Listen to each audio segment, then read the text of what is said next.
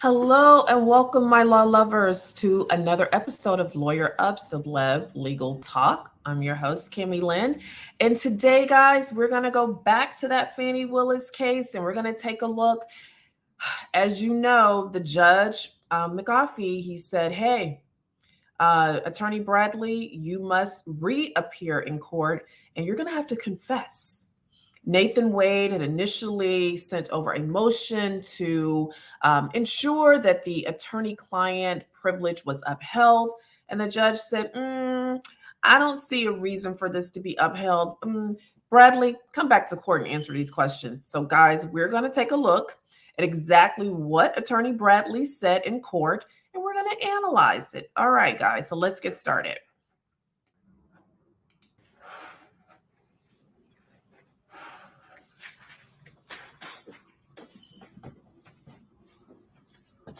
Let's see how this is going to go down.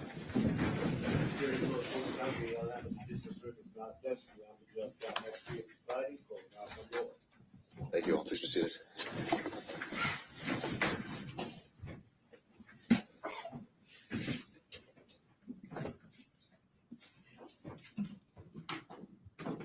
All right, we are back on the record with 23 SC 188947. If we could have counsel starting with the state identify themselves for the record for the purpose of today. Adam Abadi for the state, Your Honor. All right, and in order of the styling, let's start with former President Trump. I think we have Mr. Sadow on Zoom. You do, Your Honor. Good afternoon. Steve Sadow for President Trump. We waive his presence, and I believe Ms. Little is also on Zoom. And okay, thank you, Mr. Sadow. On behalf of Mr. Giuliani. Alan Stockton on behalf of Mayor Giuliani. I think David Lewis and John Esposito may be on Zoom as well. There we go. On behalf of Mr. Meadows. Your Honor, Jim Durham on behalf of Mr. Meadows, and he waives his appearance. Thank you, Mr. Durham. On behalf of Mr. Clark. Your Honor. Boy, Nathan Wade. Thank you, Mr. McDougall. On behalf of Mr. Cheeley.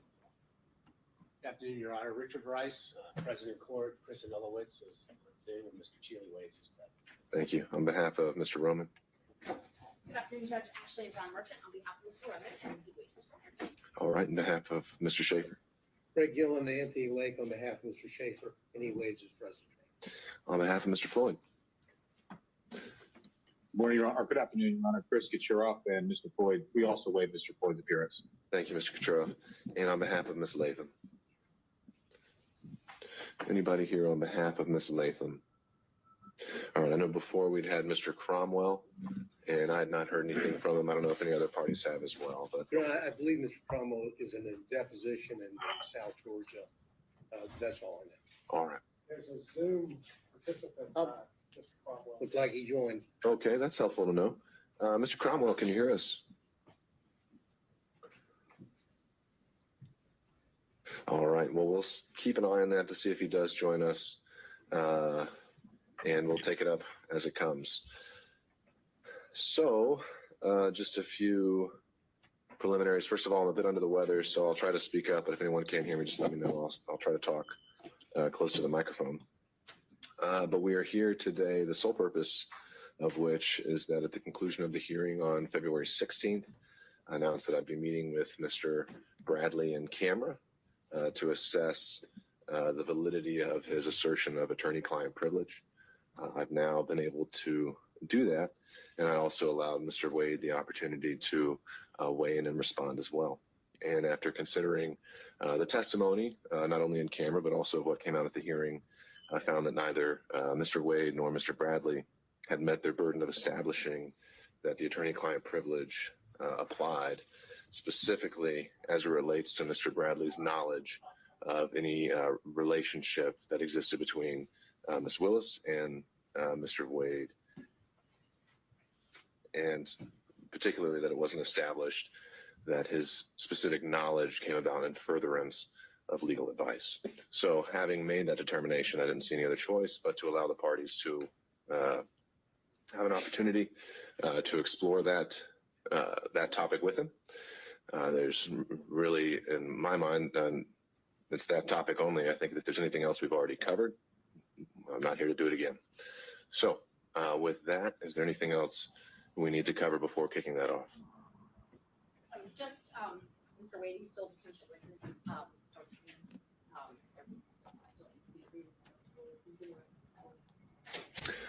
Mr. Avati? I believe Mr. Wade was released, when we concluded his testimony the last hearing. So unless he's been re-subpoenaed, and I have no knowledge of that, right to be present. Sure. I think procedurally that would be accurate. And so at this point, I don't see a means where he would need to be recalled. And but if it is, then that is something you can take up. All right. Mr. Bradley, through his attorney, had informed me that he would be here today in person. I don't see him in the gallery. Do we know if he's out in the hallway? Okay. All right. If we could call for Mr. Bradley. Again? No, he's there.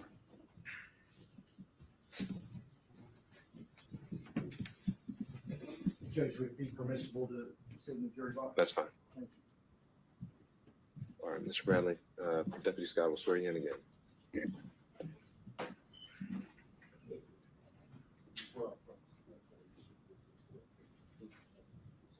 I do. Terrence Bradley, Terrence Bradley, Bradley. Thank you, Judge. Good afternoon, Mr. Bradley. Good afternoon. Good to see you. Sorry, under these circumstances. I'm going to just go straight to where we left off before. Fonnie Willis and Nathan Wade were in a romantic relationship, correct? Correct. And it began at the time that they were both municipal court judges, correct? Objection, Your Honor, based on privilege. That would be covered in the agreement. Okay, overruled. I do not have knowledge of it starting or when it started. Terrence, you told me that it started when they were both municipal court judges, though, correct? That is incorrect. You never confirmed in writing that it was, instead of magistrate court, it was in municipal court when they started dating? If you're speaking of the text message, you can go to that text message and you can read that text message, and I will explain the text message to you. But you and I did not have a conversation about when it started. You asked a compound question of magistrate court versus, you said it was magistrate court municipal you said magistrate court conference. I'm sorry. And then you asked another question. I said, no, municipal court, nothing else. I'm referring to a different conversation. I asked you, do you think it started before she hired him? And I'm going to object. This was covered in the previous hearing where Mr. Bradley said he had no personal knowledge of the exact text that Ms. Merchant is speaking of and actually used in an attempt to refresh his recollection. And he explained exactly what he's explaining before the court. So this is repetitive and unnecessary. So I would object to asked and answered and relevance at this point.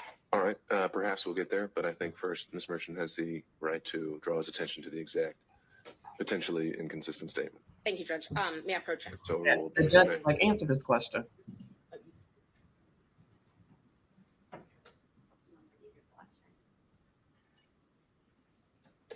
And for purposes of the record, I believe Ms. Merchant, you tendered, was it the entire text chain as an exhibit? I only tendered a few of the texts, but I did give the state their courtesy copies last time of the exhibits. Was this one tendered?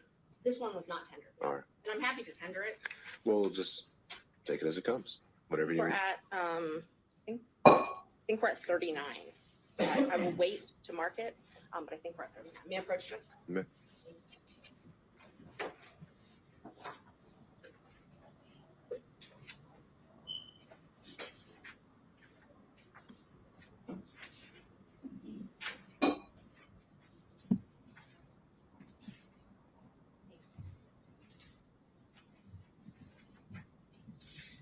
All right.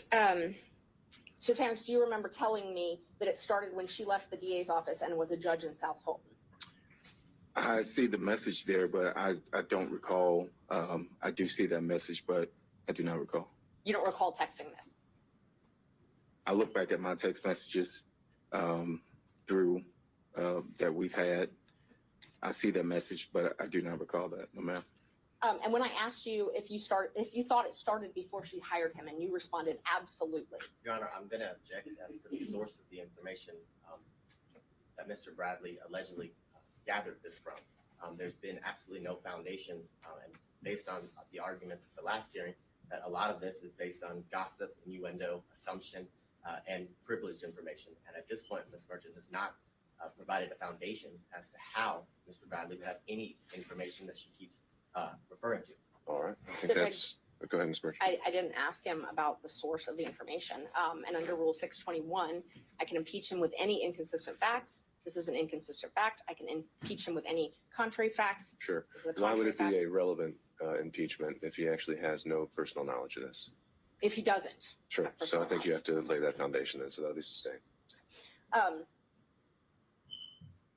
Do you remember telling me that it began? Well, that doesn't address the issue. No, I'm not. I was just asking if you remember telling me as opposed to the text. Sure. Do you remember telling me that it began? Well, no, and then you're going into the substance of it, which we haven't determined whether he actually knows or how he knows. The judge is trying to instruct her how to lawyer. You told me. He's like, set up the foundation. In fact, you corrected me when I said magistrate court. You corrected me and said it was municipal court. Yeah. Do you remember that? Same objection, Your Honor. This is the exact same issue, right? Well, I'm asking if he remembers that. He hasn't answered that question yet. Right, but the relevance of whether he remembers it isn't established until we know how he remembers it or why he knows it. Attorney Merchant, I need you to go back to the drawing board. If that makes sense. Establish. I'm sorry. How he knows it? I'm just asking if he told me that. Right. So I wasn't asking how he knew that. I wasn't asking the source of that knowledge. I was asking if he told me that. Sure. That was it. But that's the point. It's how he knows it. Right. The source of the knowledge.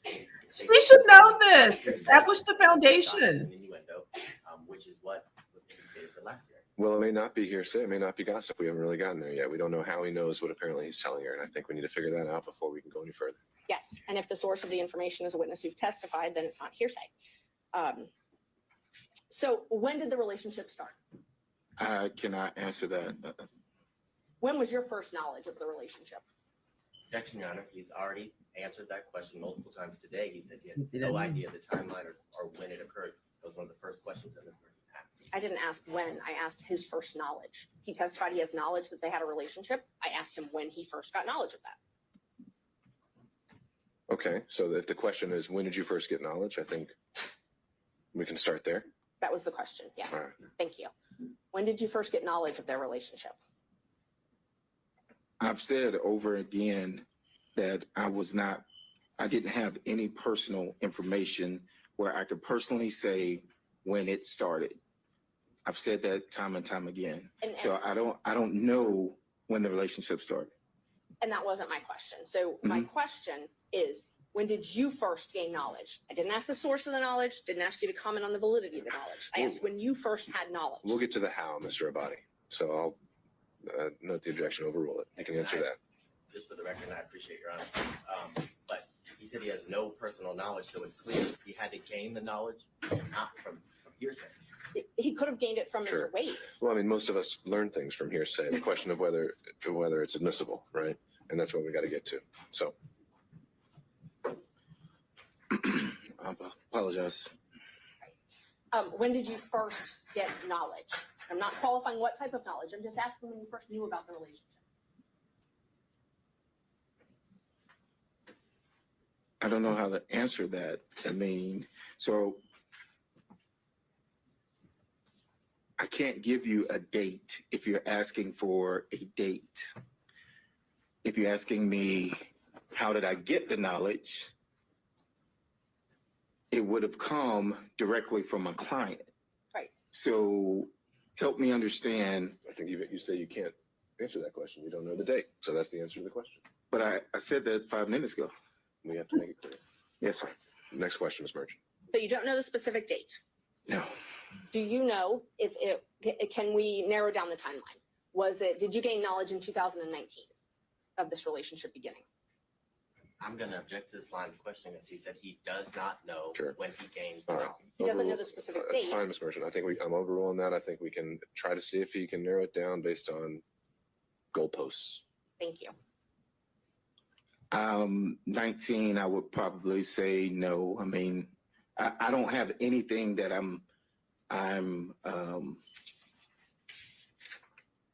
there wasn't a specific date. There wasn't a football game. There wasn't something that I can attribute to him telling me whatever. And so you're asking for a date, you're asking for a year, it's still a date. And at this time, I am telling you that I do not have the date. Let's try this then. So you received a contract from Ms. Willis, January 2021, correct? Can I see the? Yes, I think so. Exhibits are, I think, okay. I think if it was from the exhibits, I think it was 21, yes. And I don't want to belabor the point, you did those Yes. when you were here before. Yes. If those documents that you looked at last time, Yes, it's like January 2022, that's, okay. 21. I'm sorry, 21, you're right, thank And you. it was, I think, renewed in 22. It was, yes. So the contract date was, that we have in the record is January 25th, 2022. So using that date, at that point, had they begun their romantic relationship? Of 2022, January 25th, 2021, I'm sorry. When you got your first contract?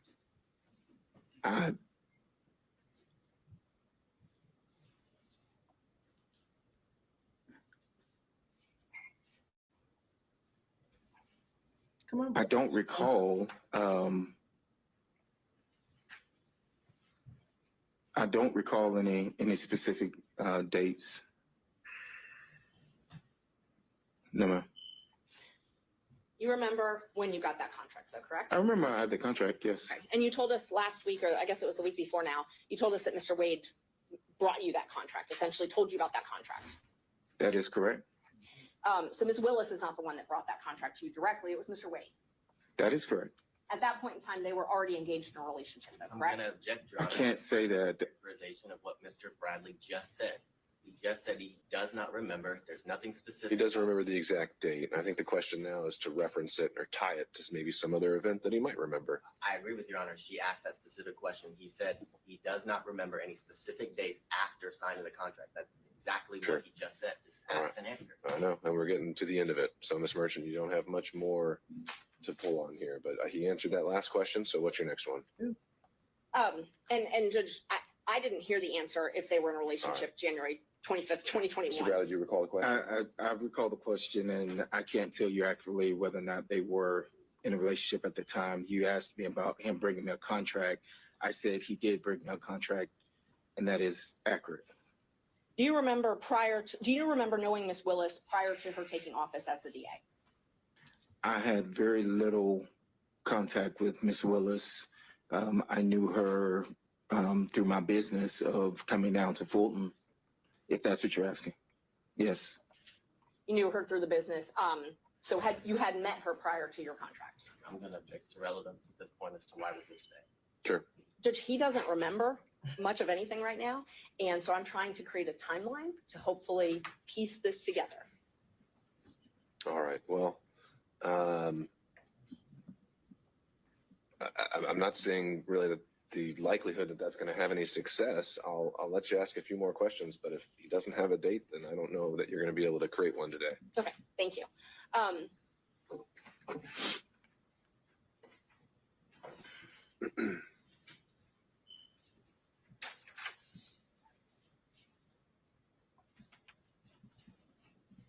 So the time that you had this contract from January 2021 until January 2022, did you come in and out of the DA's office? Yes. Okay, and so were you able to witness Mr. Wade and Ms. Willis interact during that time? I'm going to object. This has been asked and answered. It was addressed at the last hearing about Mr. Bradley's access to and from a specific room to pick up files. And Mr. Bradley said that he rarely saw them together, but this was Yeah, I think the only avenue that was closed at the last hearing was his personal knowledge, potentially through, well, actually, no, if he testified, it was that he had no personal knowledge. It's knowledge that conveyed to him that was cut off at the last hearing. That's really the only thing we hadn't been able to explore, unless you correct me if I'm wrong, Knowledge that was conveyed to him by by somebody else. That's that he claimed at the time was privilege. I found that it's not. That's what we're here to explore. Okay. The judge is like, get it together.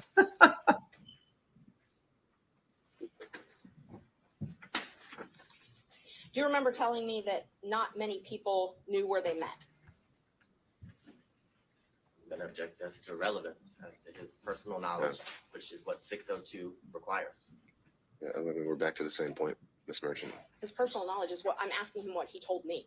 But he hasn't yet told you how he knows that. And so unless he can establish why he should be testifying on this at all, then there's no relevance. And I don't know how he knows that. That would be Then the ask next him. that would be the next question. But Ask him how he knows it. I first have to establish that he said that. No, you don't. You could go the other way around. You need to be better prepared. When you told me that it started when she left the DA's office and was a judge in South Fulton, where did you gain that knowledge from?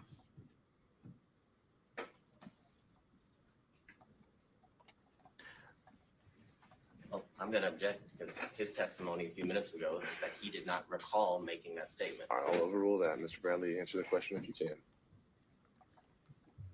Repeat the question. When you told me that their relationship started when she left the DA's office and was a judge in South Fulton, where did you obtain that knowledge from?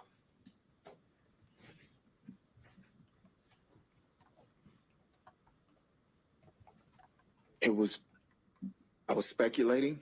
I didn't have I just want to say, I think that what we're seeing with the judge is that he is getting tired of having to sort of coach Attorney Merchant, because some of this line of questioning, the way questioning should be done, she should already know this, and she should know that she's not established a firm foundation, and she's reiterating the same questions over and over, and that's not what this hearing is about. So I think the judge is getting a little frustrated with her. So let's keep going and see how this plays out.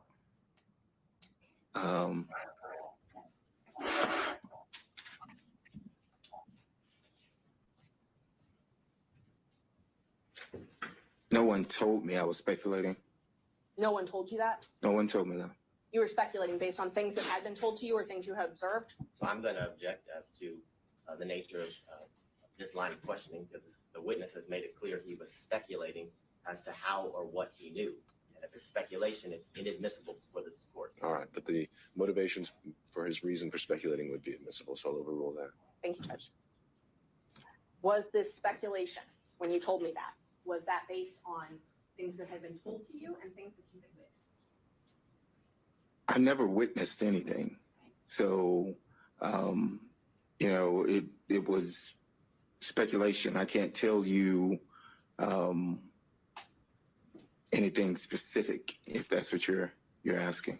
You can't tell me anything specific as to why you speculated about that? No, this was however many years ago. I mean, I Okay. don't recall. Why did you tell no, her that in I text don't. message? Did you have any reason to lie?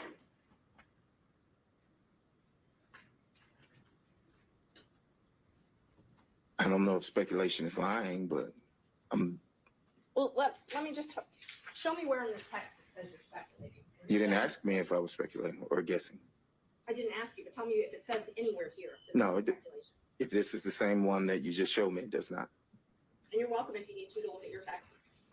Is there anywhere in here that indicates that you didn't have knowledge of this No. relationship? I'm going to object. The line of questioning Your Honor directed counsel to explore is where he got the knowledge. He's explored that. He said it's speculation, and he didn't get it from any source other than his own speculation. Sure, So I think we're fleshing that out, and I think it's her right to have a little leeway on this if she's an adverse witness. Thank you, Judge. And Judge, these speaking objections are clearly coaching the witness because he's regurgitating. Your Honor, I What? object and take offense to that comment. I'm objecting based on the law, and I'm making a record for the court. So I take offense to that comment. It's not the case. All right, well, I think we can start with objection, the grounds, and the rule number, and then if I need more, I'll ask. Thank you. All right. Thank you. What did Nathan tell you about the relationship? Objection, hearsay. Nathan has testified. It's not Yeah. hearsay. It's still hearsay. It's an out-of-court statement being brought in for the truth of the matter asserted. So hearsay. Judge, Yeah, this would be for impeachment by contradiction, which would be an exception to the hearsay rule, and admissible as substantive evidence, and the privilege issues are overruled. thank you, Judge. Well, I think you just overruled the privilege objection, but we don't know when he's talking about. So we've already established that December 2018 was the privilege. Sure, and that's something I covered in the in-camera hearing, and I'm, based on what he told me in that in-camera hearing, I don't believe any statements to this effect were covered by privilege. And Judge, I just want for the record, because sometimes the record doesn't reflect where people are looking, and that when I ask a question, Mr. Bradley is looking at Mr. Wade and his lawyer to wait for them to object, and they're clearly interacting somehow in the court. So I just want the record to reflect that, because it wouldn't otherwise. It's there now. A question was put to you, Mr. Bradley. Judge, one of my lawyers is sitting right in the back. We're that's not fine. going on that rabbit hole. You can look wherever you want. Yeah, and I've never looked at Mr. Wade or his attorneys. That's not Scott's true. All right. Mr. Bradley, question was put to you. Repeat the question, please. Yes. So I showed you, or I asked you, I'm sorry, the last question I asked you was, what did Nathan Wade tell you about the relationship? Same objection, Your Honor. And that's already been ruled upon.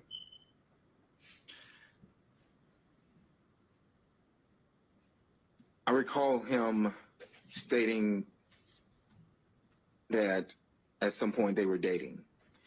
I can't tell you what date that was. It was made in confidence. We were in the back of our office. Our offices were the only two in the back. There was no one else present. That is all I can tell you at this time. One time? One time. You only had a conversation with him one time about the relationship? Objection, asked and answered. No, I think that's clarify for their own sitting clause. Ms. Merch. I do not recall any other time that he mentioned that they were in a relationship. No. You may not. Okay. So you talked about this one time, and you said you don't know when it was, though, correct? That is correct. Was it before Mr. Wade, before you got the contract in Fulton County? Let's start with that. I do not recall. Okay. And how did it come up? Say again? How did it come up? The context. How was it? I do not recall how it came up. It was in the back. I know where it occurred. In our offices in the back. I can't tell you what we were discussing prior to that. Okay. Did you receive an email from me on January 6th with a motion attached?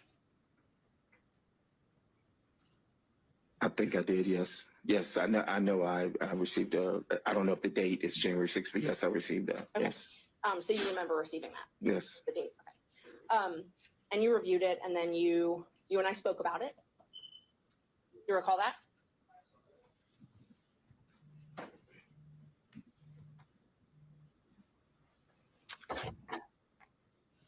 Do we speak over the phone, or are you saying through a text? That's what I'm asking you. I can't remember whether it was text to phone or.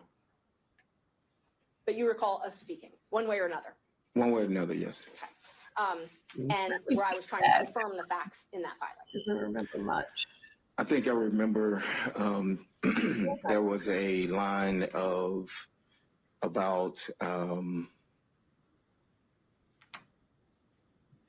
the accuracy of how much money that my office, the law office of Terrence A. Bradley, have received, and whether or not that was going to be in the motion or not.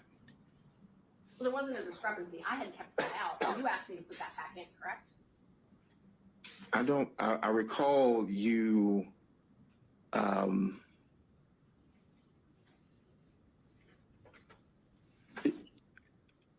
that may be accurate, yes. thought it might be suspicious if you were left out of the motion. No, I think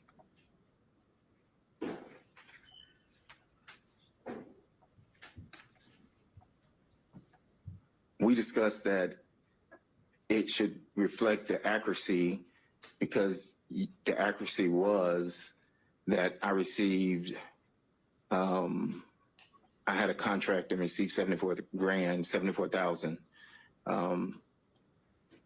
And I think you had put in there that Mr. Campbell had received a certain amount, and then you also had put in there that Mr. Wade had received a certain amount, but there was not anything in there originally. And I said that it needed to be accurate. I needed to be accurate as far as that I had received 74,000. That's correct. Because you did not want anyone knowing that you had talked to me. I would object this for relevance. You bias. Overruled.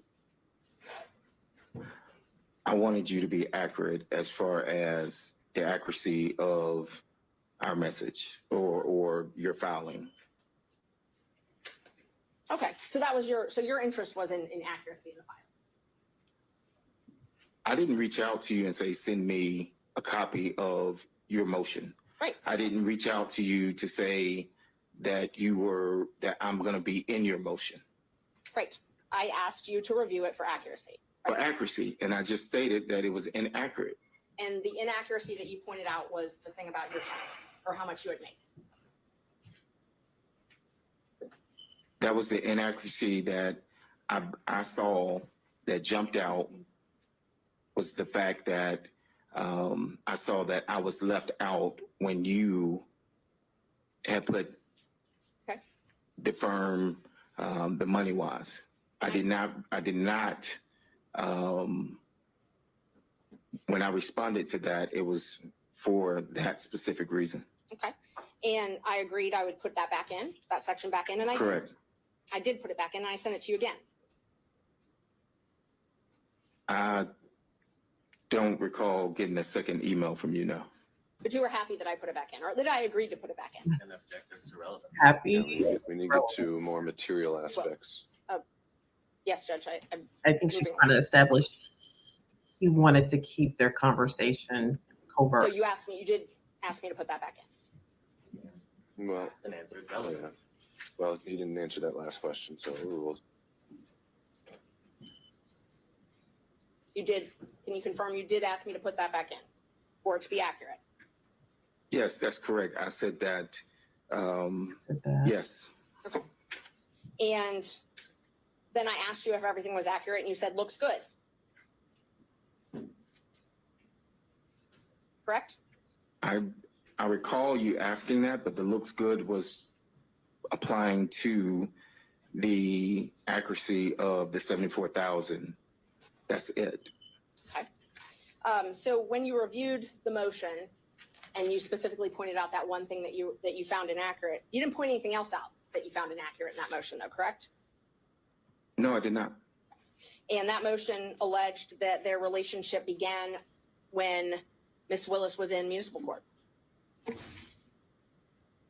If I can reread the motion, but I don't recall. But if that's what it says, but I did my saying that it looks good was when you put back in the 74,000 into your motion.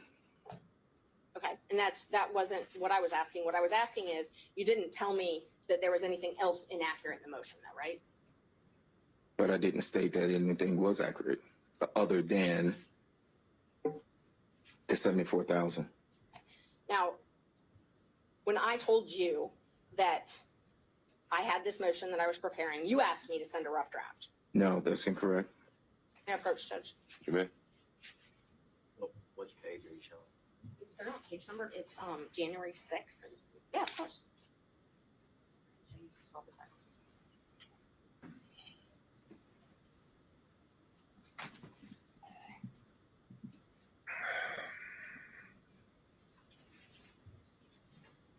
Look and see if this one.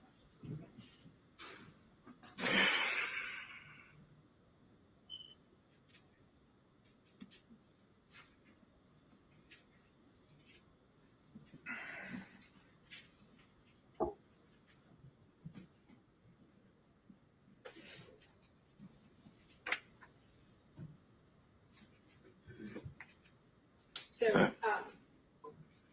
we had been talking and you asked me to send you a rough draft and I told you, okay, but I didn't want it to be leaked before I filed it. Right? That is correct. That is correct. So you're the one that asked me to send a rough draft.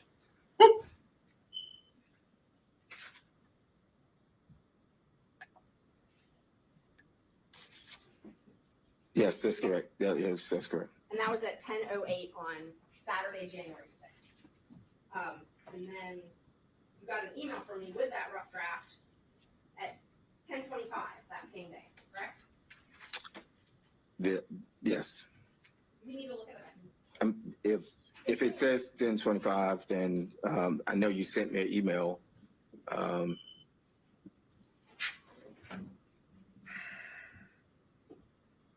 While he's looking at it, He was I'm gonna working with object the other to ask team. Andrew. We've been through the fact that he sent him a copy of the motion, whether he specifically said rough draft or not, and then asked about the accuracy. He's explained his answer, and I've object to ask Andrew. We were talking about that footnote that we were just talking about. I said I took it out, but I can add it back. And you said, yes, add it back. You remember that? I answered that, yes. And then I said, anything else? Anything that isn't accurate? And you responded, looks good. You recall that? Let me see the. And there, I don't know where the exhibits are. They were admitted.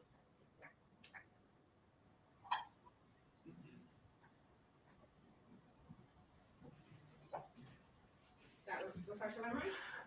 It says looks good, but as I stated before, I was responding to you putting me back into the motion for receiving $74,000 in a contract. But that's not what this says. This says, you said, yes, add it back. And then I said, anything else, anything that isn't accurate. And you responded, looks good. So you weren't responding to put it back. Your Honor, I'm going to object. I This is know. not his motion. He wasn't the affiant of the motion or verified the contract. Overruled, Mr. Body. Talking about Mr. Personal knowledge. I've said Personal knowledge. twice. Overruled, Mr. Body. I've said twice that the looks accurate was, or I've said more than twice, was for the 74,000.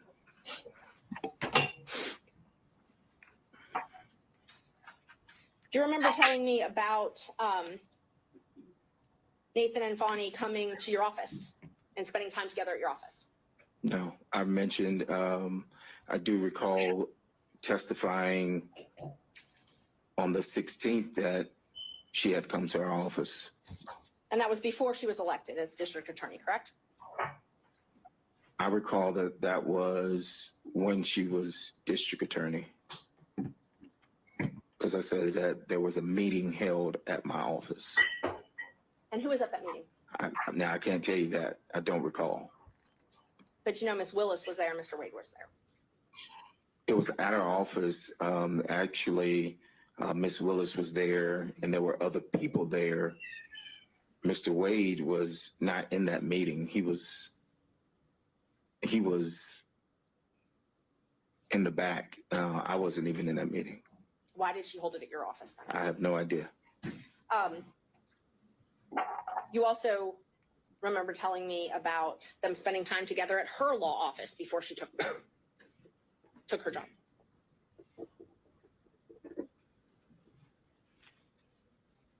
I don't recall. Do you? I don't recall. Do you have something to?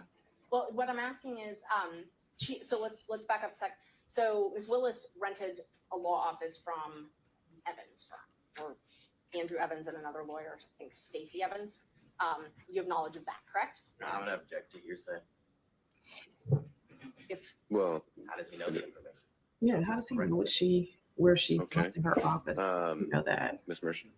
I don't really know even how to respond to that. Hearsay, I'm asking if he knew that she rented Yeah, offices. he may have been there. He may Right. have seen a business card or something at some point. I think you can answer that. I've never been to Miss Willis's office when she was in private practice. I've never dealt with where she rented. I didn't even know where her office was. So, Do you remember, though, knowing that she rented an office yes, from the Evans? yes, You did know that is correct. Yes. Okay. And do you remember telling me that Mr. Wade and Miss Willis would rendezvous at that office? I'm going to object. Did you tell her or not? Terrence. Again, hearsay as to how he knows that information. He said he has no personal knowledge. He did not say he has no personal knowledge, Judge. He hasn't even answered it. But no, he said in general he had no personal knowledge. So it's not been established the source of how he would know this because he said he's never been to her office. All right. Ms. Merchant, if you, I know you're trying to impeach him by a prior inconsistent statement, but unless you can first back up and show why each statement is actually something that he had knowledge of, I don't know if this is going to be relevant. And Judge, I'm not even there yet, but again, that a speaking objection, and so now I anticipate what our response is going to be next. I didn't ask anything that was objectionable, but these objections are coaching the witness. I asked if he had knowledge. That's it. I didn't ask, did someone say this to you? I didn't ask, what did this person tell you? I asked if he knew. Well, no, you're asking if you had knowledge, and then you say of something specific. So once I get an answer to that, if he has knowledge, then I will follow up with where that knowledge came from. all right, well, let's try again. So my question is, do you have knowledge of them meeting at that office? Objection, foundation. Okay. Overruled. You have knowledge of them meeting at that office? I have no personal knowledge, if that's what you're asking. I didn't ask that yet. I asked if you have any knowledge.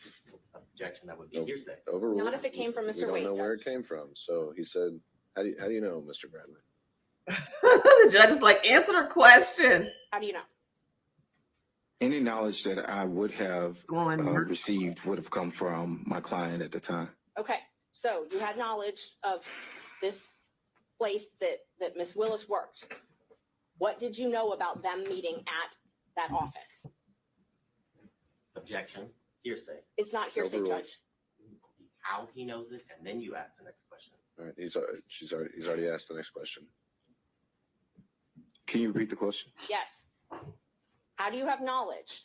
What knowledge did, well, you just told us. You told us Mr. Wade told you. So tell us what Mr. Wade told you about Miss Willis and Mr. Wade meeting at the Evans office.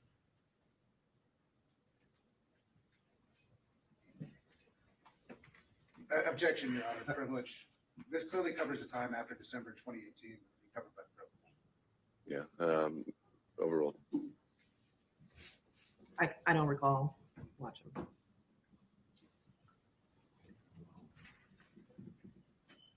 You recall the question, Mr. Bradley? I do not. You asked the question, Ms. Merchant. What did you learn from Mr. Wade? I would clarify that's where you learned it from. About Mr. Wade and Miss Willis meeting at the Evans office together.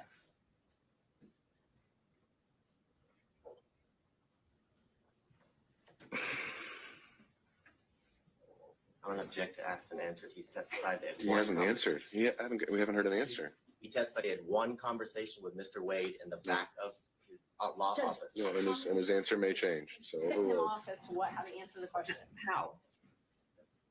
I can't recall what the conversation was. I do recall knowing that he would go down to the office or had been down to the office, but I can't tell you in what capacity or when or any of that. No, Mr. Wade told you that they had sex at the office, is that correct? What? I don't recall him stating that. No. You don't recall it. You better No. not put that But in. it's possible he did say that.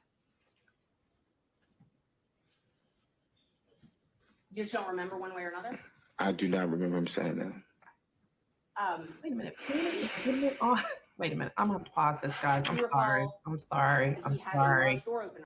Did Attorney Merchant just ask if Fannie and Nathan this is mixing up his first and his last name. Did she just ask if they were effing in the office? Fannie and Nathan were doing a lot. They were doing a lot. Okay, guys, I'm going to continue. To either a house or a condo or something like that of Miss Willis's. I've never seen a garage door opener.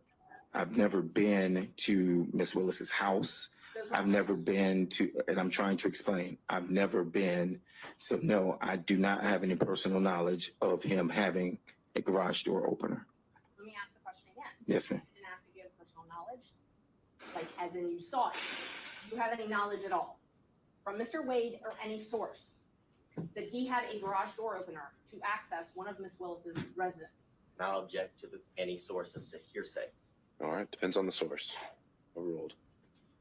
No, I don't have any knowledge. So when you told me that, did you just make it up? You told her that? Do you have something that shows that I told you that? Yes,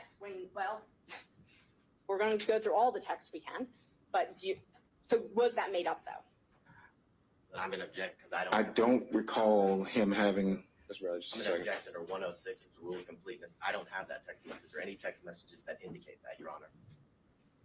And I don't have, if it was a text, we had that conversation. I actually think it was when he was on speakerphone and Mr. Merchant was there, but I'm not sure. But I mean, if I'm asked to qualify exactly where that's from, I would. Okay, so rule of completeness would be if you need to introduce other text to show the context. If you're saying you haven't seen a copy yet, then I think Ms. Merchant needs to do that before you can decide the next step. And that's what I was asking him. If that was something he just remembers making up. If he doesn't, then that's fine. But She referenced text Look at Nathan's face. Sure.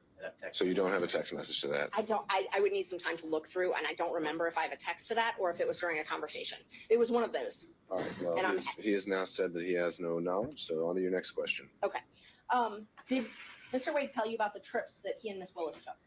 No. Do you have any knowledge of the trips that he and Miss Willis took? Objection, hearsay. Overruled.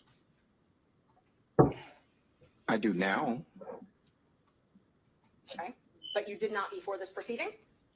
I did not know until you text that you found that in the deposition of his divorce. I mean, not deposition, but something from his divorce. Okay.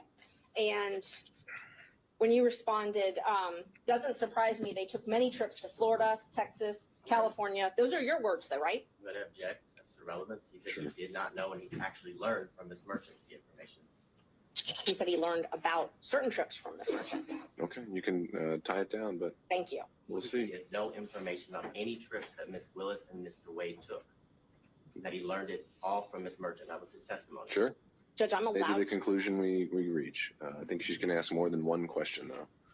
All right, Ms. Merchant. And if Judge, just so we can be clear, if he said more than one version, that's all relevant. We're allowed to talk about the different versions that he's told. All right, I've overruled the Thank objection, you. Ms. Merchant. Do you remember telling me that it didn't surprise you that they took the trips that I found in the divorce file because they took many trips to Florida, Texas, California? And then you told me that they took the trip to California when she moved her daughter there because she failed out of FAMU. Do you remember that? I don't recall that, but if I don't recall. Merchant Judge really Danforth, doing a lot. it's- There was no reason to mention the daughter It's in or one of the ones. failing in school. What's the relevance of that?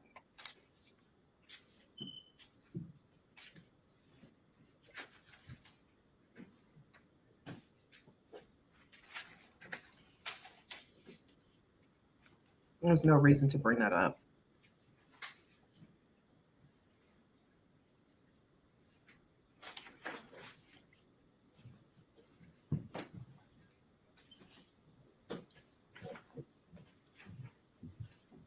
Look at that. Let me know if it refreshes your memory.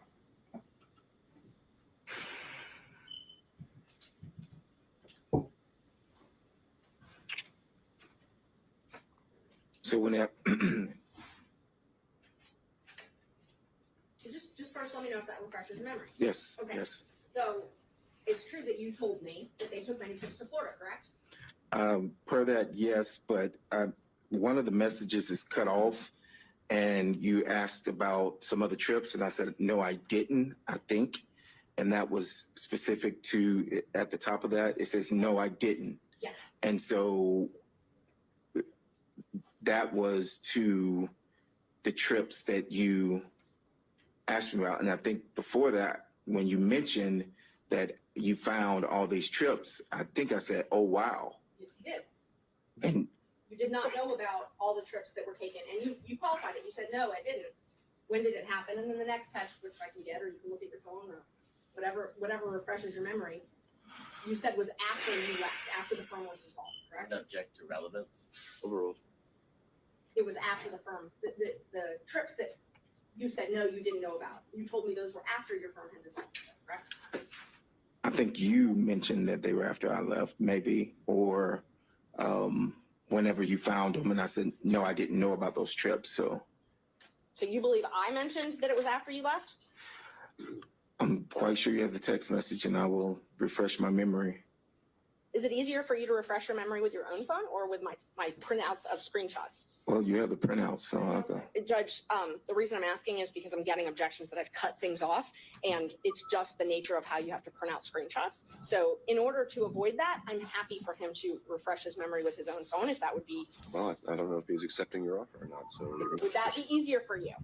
You can just provide the documents. Okay.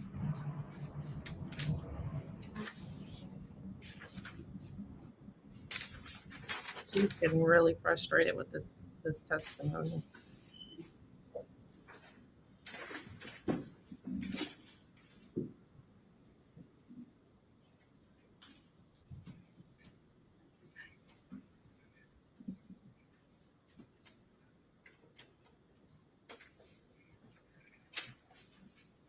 I have some water, Judge, please. yeah, let me see what we can do.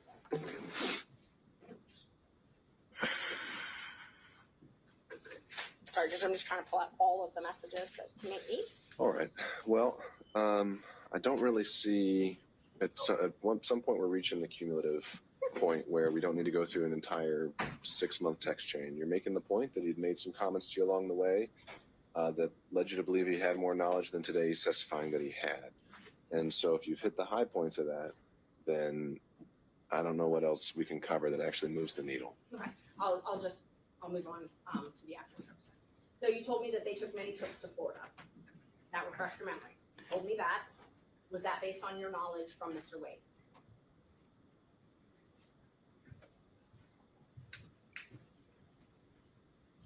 That would have been based on anything that my client would have told me. I didn't have personal knowledge of whether they went or not.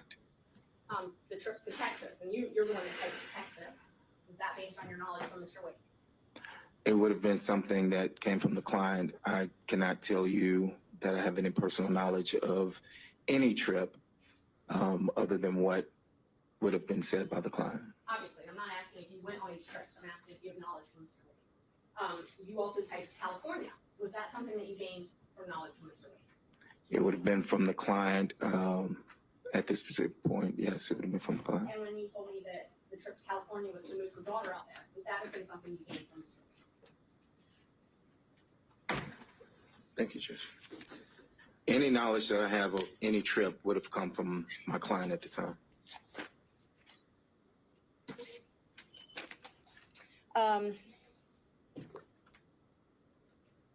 You told us last week that Mr. Wade used your credit card one time. Do you know when that was? I do not. Relevance. How we're here today. Well, I think this would go to be impeachment of Mr. Wade's testimony if Mr. Wade testified that he had never used anyone else's credit card before. I object to asked and answered because it was covered during the last year where he acknowledged that Mr. Wade used his credit card. So, Judge, I asked when. just I didn't- when, okay? I didn't ask, did he? I asked, when did he? Let's go there. I do not have any dates of when Mr. Wade used my credit card. I testified that we used the card for business and that throughout the business we would order paper or supplies or filing of depositions. I mean, the cost factor of cases is what I said, and that still applies today. Did he use my credit card? He did, but I can't tell you who he used that card, what the trip was for. I can't even tell you at this time where he went. But he used it for a trip.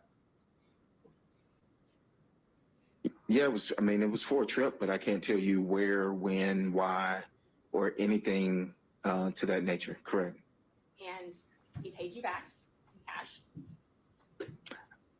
I never testified that he paid me back in cash. I said that he would either pay me back, I said I couldn't remember.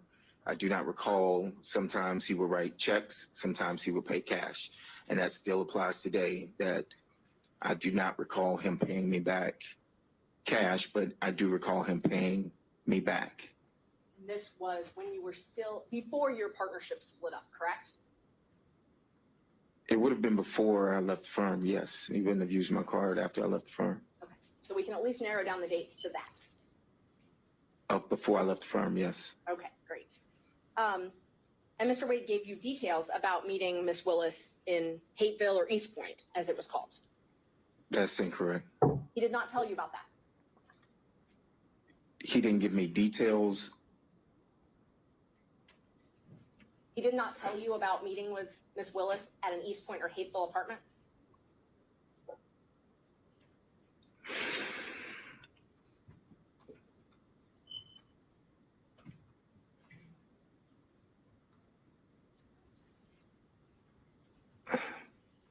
At this time, I don't recall.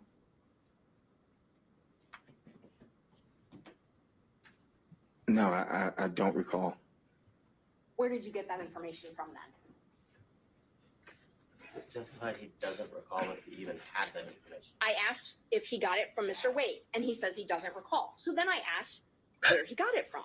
I do not recall where I got the information from. Okay. And you and Mr. Wade were friends as well as business partners, correct? We were friends in the sense of I've known him for years.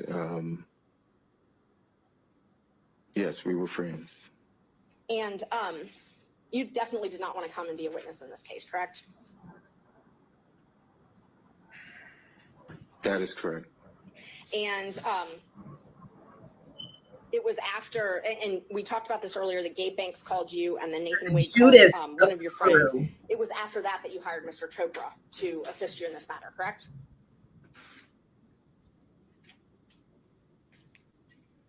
Was it after that?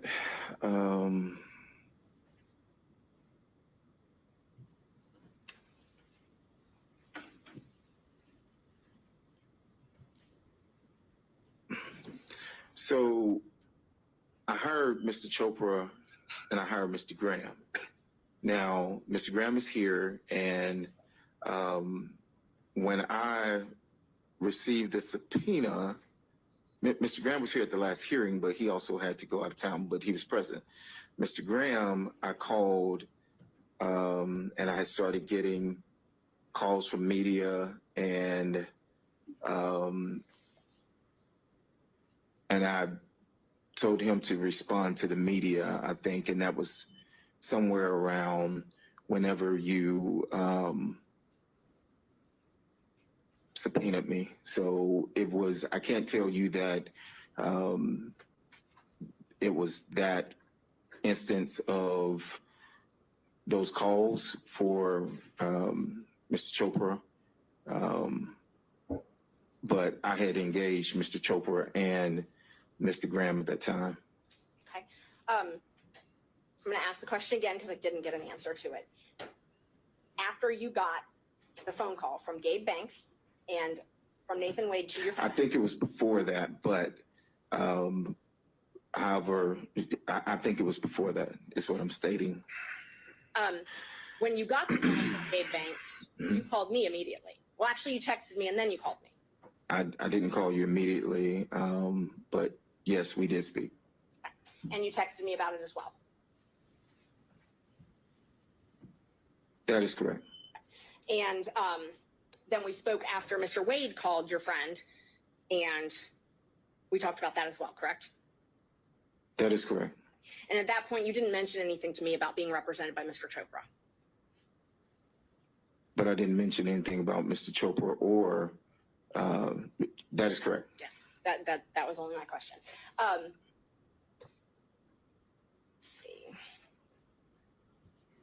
going to show you two more texts. All right, Ms. Merchant, we're going to do This is the 5 more last minutes. 2 questions. Thank you. 3:05, I'm cutting you off. Thank you.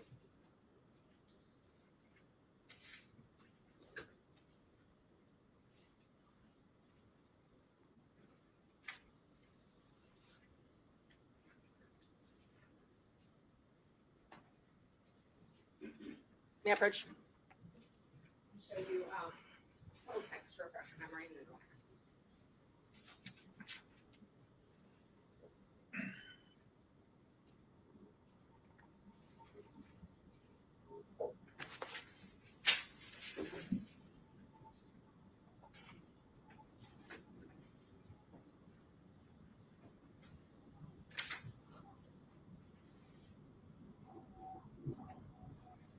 Are these supposed to go together? Oh, these are two separate dates? Okay, all right.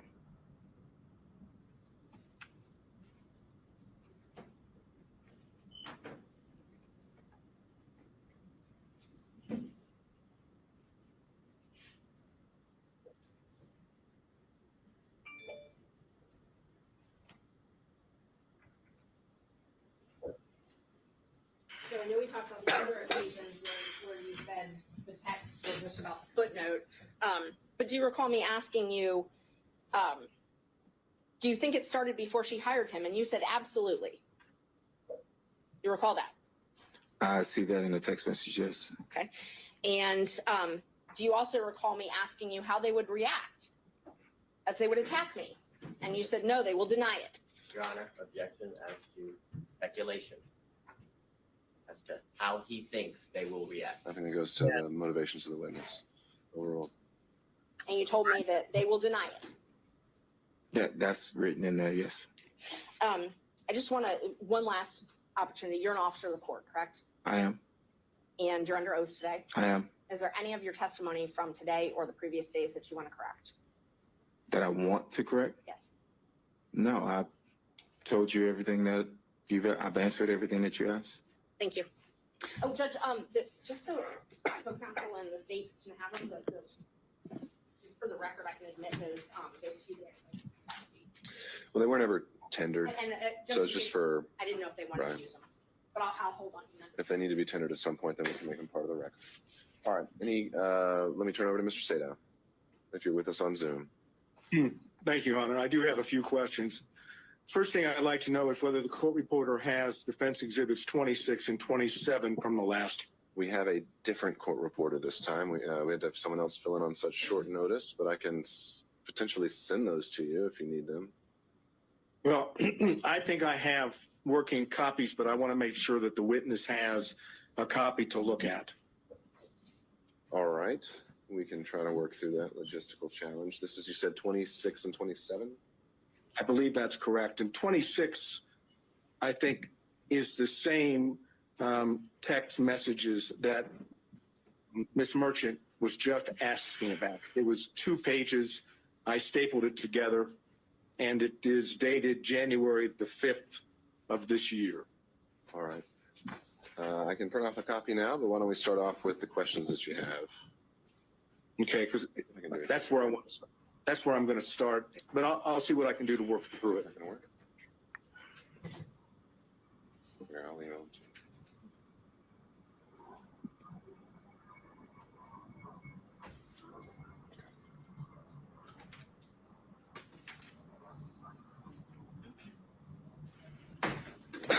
you.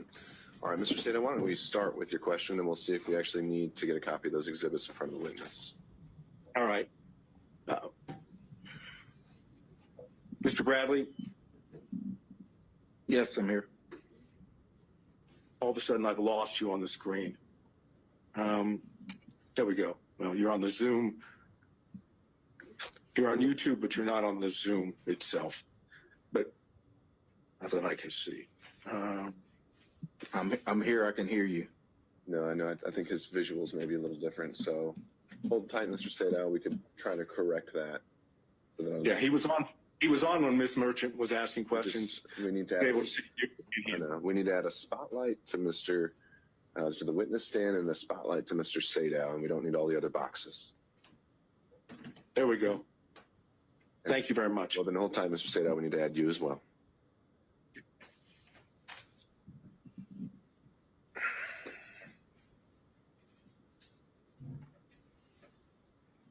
All right, now we're ready. Thank you, sir. Mr. Bradley, you have referred to Mr. Wade as your client, correct? Correct. You understand that the court has ruled that communications that you had with Mr. Wade are not privileged, correct? No, I'm aware that the court ruled that one specific dealing with the time frame of one specific conversation wasn't privileged. then I'm going to ask Your Honor, if it's that the limitation, or To clarify, email. sure, Mr. Sorry. Sada, you asked whether all communications with Mr. Wade, I think, were covered. That was not the extent of the ruling. The only ones that I deemed were not covered, and that I'd asked about in the in-camera hearing, because those are the ones that were relevant, were any communications Mr. Wade made regarding the existence or non-existence of a romantic relationship with Ms. Willis. Fine, thank you, Your Honor. I understand. So going back to this line of inquiry, when you say you don't have personal knowledge, what I want to ask you to start with is very simple. Did you have communications with Mr. Wade about the relationship between Mr. Wade and Ms. Willis? It's a simple yes and no. Yes. Okay.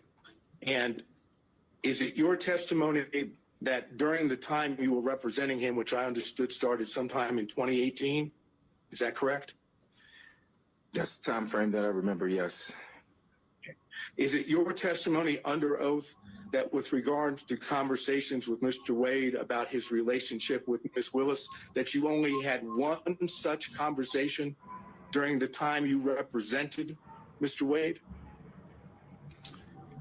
One conversation of what? I apologize. The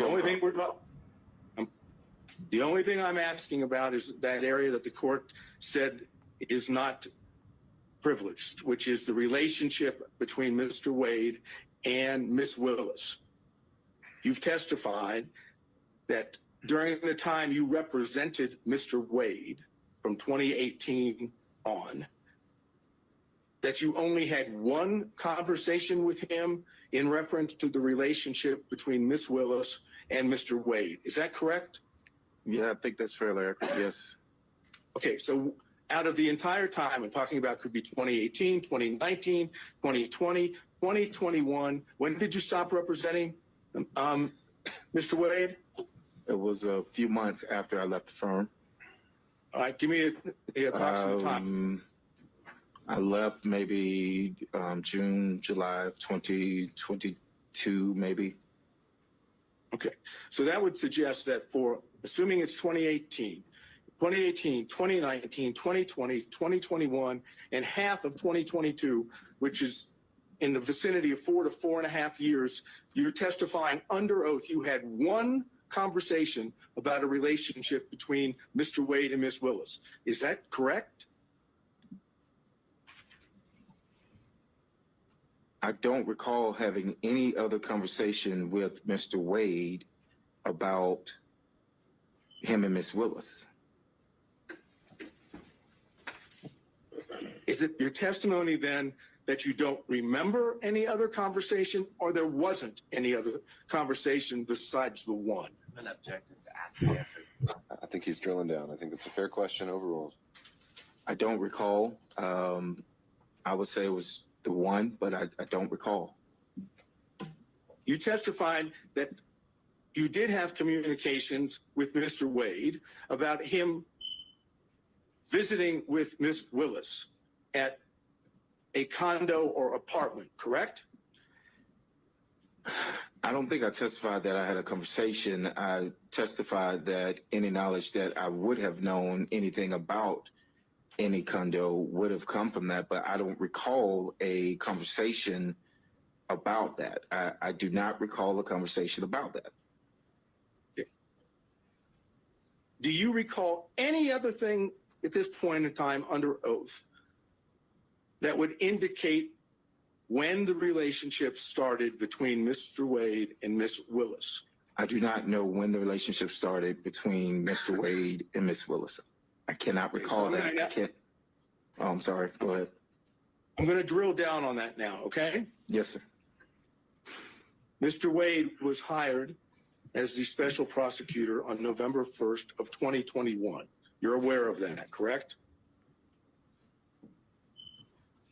I have my contracts to show when I started. No one showed me the contract of when he started, but but if he has a contract for November 1st of 2021, then that's correct. All right. I'm going to I'm going to suggest to you that the record will reflect that the contract between Ms. Willis and Mr. Wade was November 1st of 2021, correct? I want you just to accept that, okay? Is it your testimony that you don't know under oath whether or not there was a relationship between Mr. Wade and Ms. Willis before the contract? I do not recall any dates of when the relationship started. So whether you are pinpointing a date of when his contract started or not, I'm telling you, I did not recall any specific date that he flat out said anything about a relationship with Miss Willis. Okay. Now I want to go, based on what you've just said, let's go to what was Defense Exhibit 26. Okay? In Defense Exhibit 26, which I showed you last time, was 2 pages of text messages between you and Ms. Merchant, correct? Correct. All right. Now, the first page starts off by saying, Ms. Merchant, like, just date, don't hire him. Do you think it started before she hired him? You see that?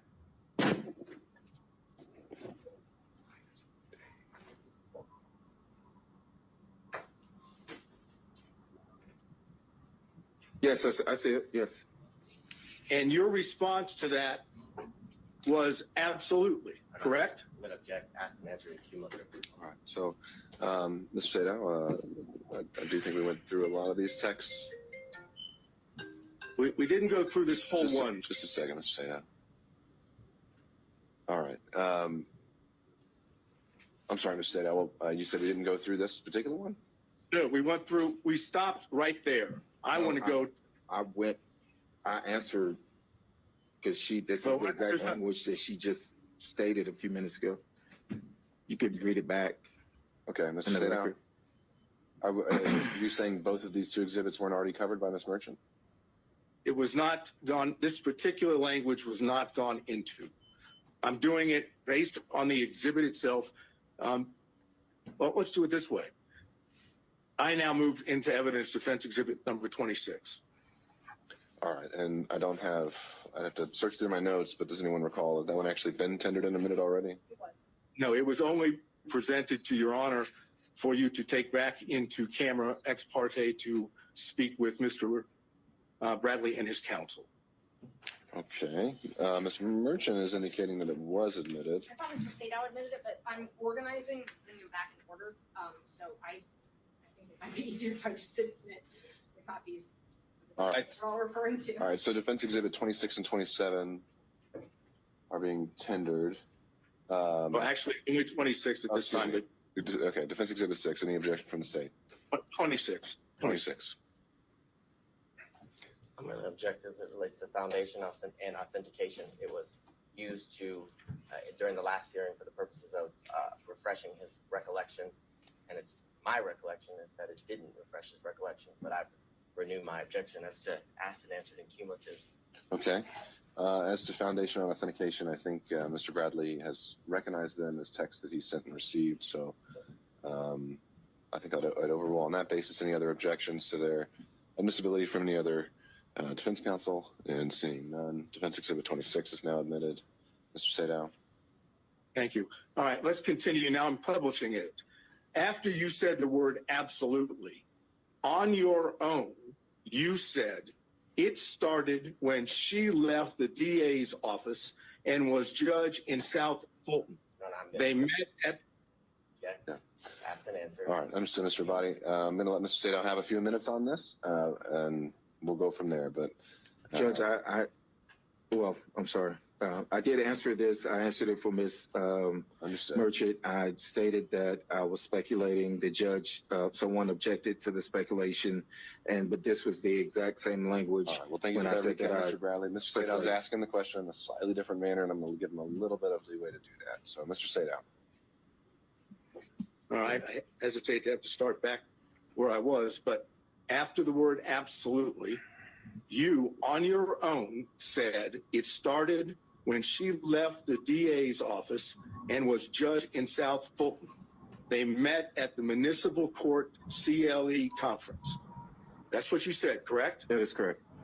Now, it's your testimony, at least so far, that when you on your own gave those two statements in the text, that you were merely speculating and did not have that knowledge from Mr. Wade. Is that your testimony under oath? Yes, that's what I testified to. Yes, sir. So you on your own came up with the whole notion that it started when she left the DA's office and was judge in South Fulton. That's, according to you, that's speculation on your part, correct? Overruled. Answer the question, Mr. Bradley. Yes, that's speculation on my part. Yes.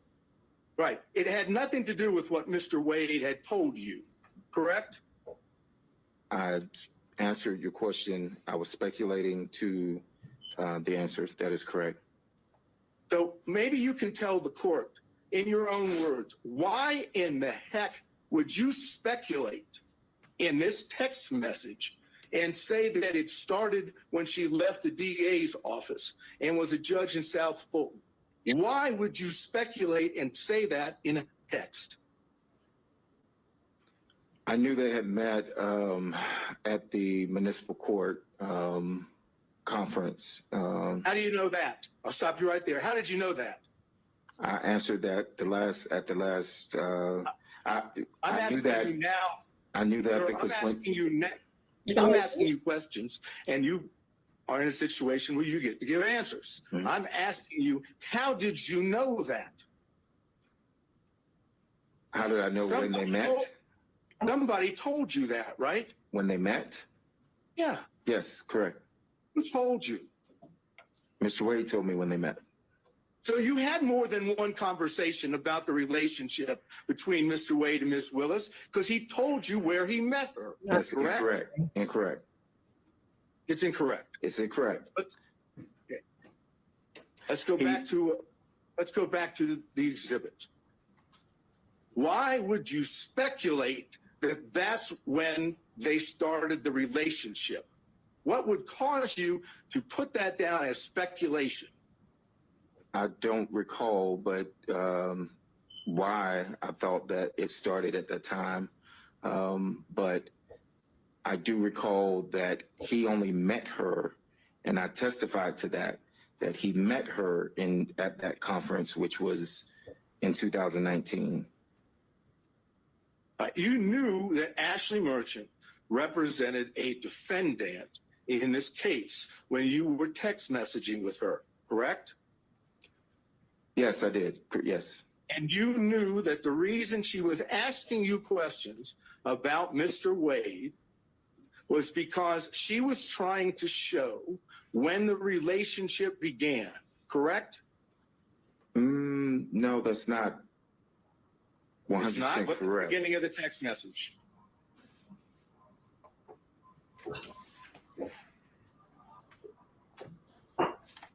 Yes, but what messages were before this message, before she sent that?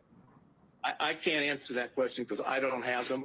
All I have is what's in front of you. Yes. And it says that she says, do you think it started before she hired me?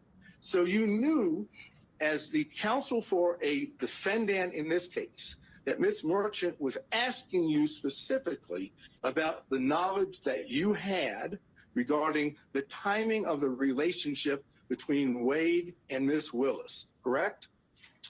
I mean, based on this, yes, I see what was asked. And in response to that, you answered directly on your own what you now claim to be speculation, right? That's correct. So I ask you one more time before I move to the next part of this.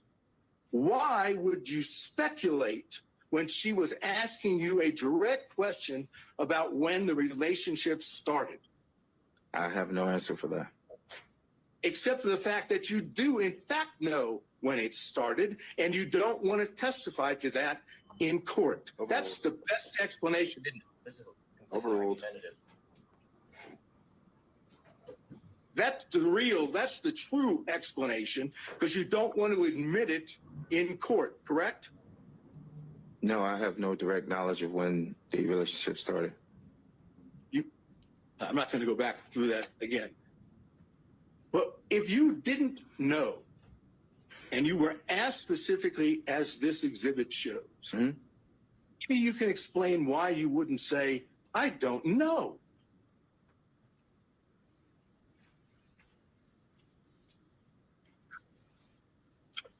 Is that a question? You're asking me a question to answer? Definite question. State that again. I apologize. If you're being asked, as we've just gone through with this text message from Ms. Merchant, Yes. as the attorney for a co-defendant, Yes. and she's asking you about the relationship, and she's clearly asking you about the timing, why wouldn't you just have said in response, I don't know when it started? I don't know why I didn't say I don't know. Maybe, again, it's because you know what the truth is, and that's why you answered exactly the way you did in Defense Exhibit 26, correct? No, I can't sit here and tell you that what you just stated was correct. Right. What you want the court to believe, and you want the rest of us to believe, is that for some unknown reason, upon being asked a direct question about when the relationship started, you decided on your own to simply speculate and put it down in a text message as opposed to putting down what you actually knew. That's what you want the court to believe, correct? That was a lot. So can you break that down? I apologize. You're asking me, do I want the court to believe that instead of saying nothing, you decided on your own to speculate. Yes, I speculated. Yes, I've stated that I speculated. Yes, sir. Right. That's what you want the court to believe, correct? That's correct. Okay, now, then when you go to the next page of that, okay, you see it starts, the best that I can see, it starts in South Fulton. Is that what you have in front of you? Second page.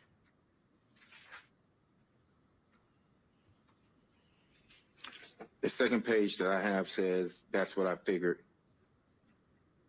Okay, that may be cut off from the one that I have. I'm looking at my opening line says in South Fulton. Is that on your second page? No. So if you're going in order of the pages, no, neither page starts with South Fulton. No, don't get caught up on whether it starts that way. Does the second page have a line in there that it says in South Fulton?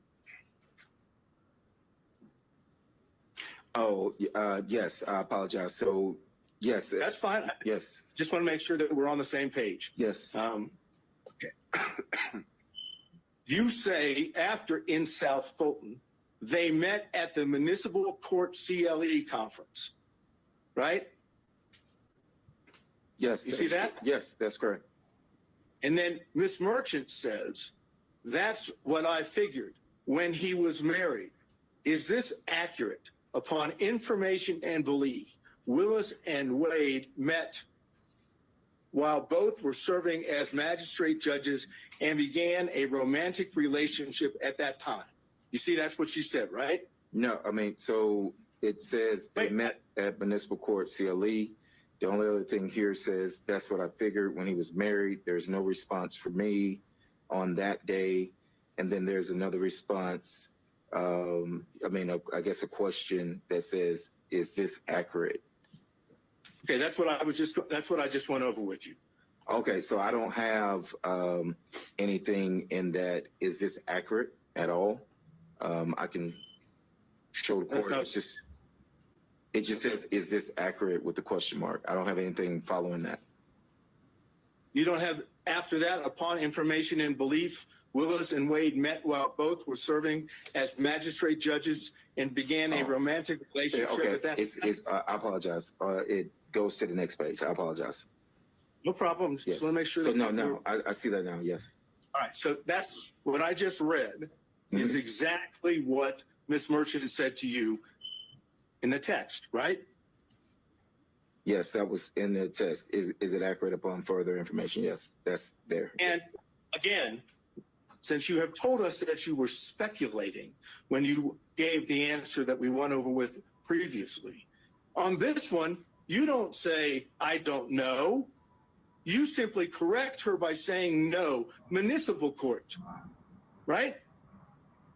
Yes. So she asked, was it accurate? And I said it wasn't accurate. No, it wasn't accurate. It was municipal court.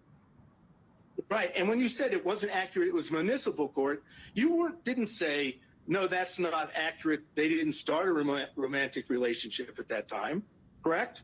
No, but I was referring to the municipal court. No, it wasn't accurate as it applied to the. I was answering the no municipal court, meaning when she said, is that accurate? It was to the municipal court and not magistrate court. Okay. But you didn't say that the rest of what she asked you was accurate. You didn't say, no, that's inaccurate. That's not true. That's not accurate. You simply said the only thing that wasn't accurate was municipal court should be there instead of magistrate, right? So I was answering the question of, it was a compound question. And I was answering the question of, she wrote magistrate court and I said, no, municipal court. Right, but it's not compound. It's one statement upon information that believe. I'm sorry. No, that's okay. I know the feedback and the delay is complicates things, but I think you've adequately made your point here. I don't think we need to belabor it much longer. Let's move on to the next issue. Okay, thank you, Your Honor. Mr. Bradley, prior to coming into court today, did you and your lawyer meet with anyone from the district attorney's office? No. I mean, no. Not that I know, I'm aware of, no.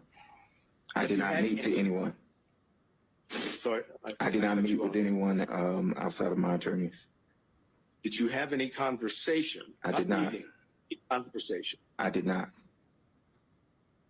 So you have not spoken, if I understand you correctly, prior to coming into court today, you've not spoken with the prosecutors? No. Right? I've not spoken to the prosecutors. I've not spoken to defense. Have you spoken to Mr. Wade? No. So as far as just getting into the courtroom today, there's been no contact or conversation in it with any of the parties we just went over, right? There has not been any contact with defense or the state at all.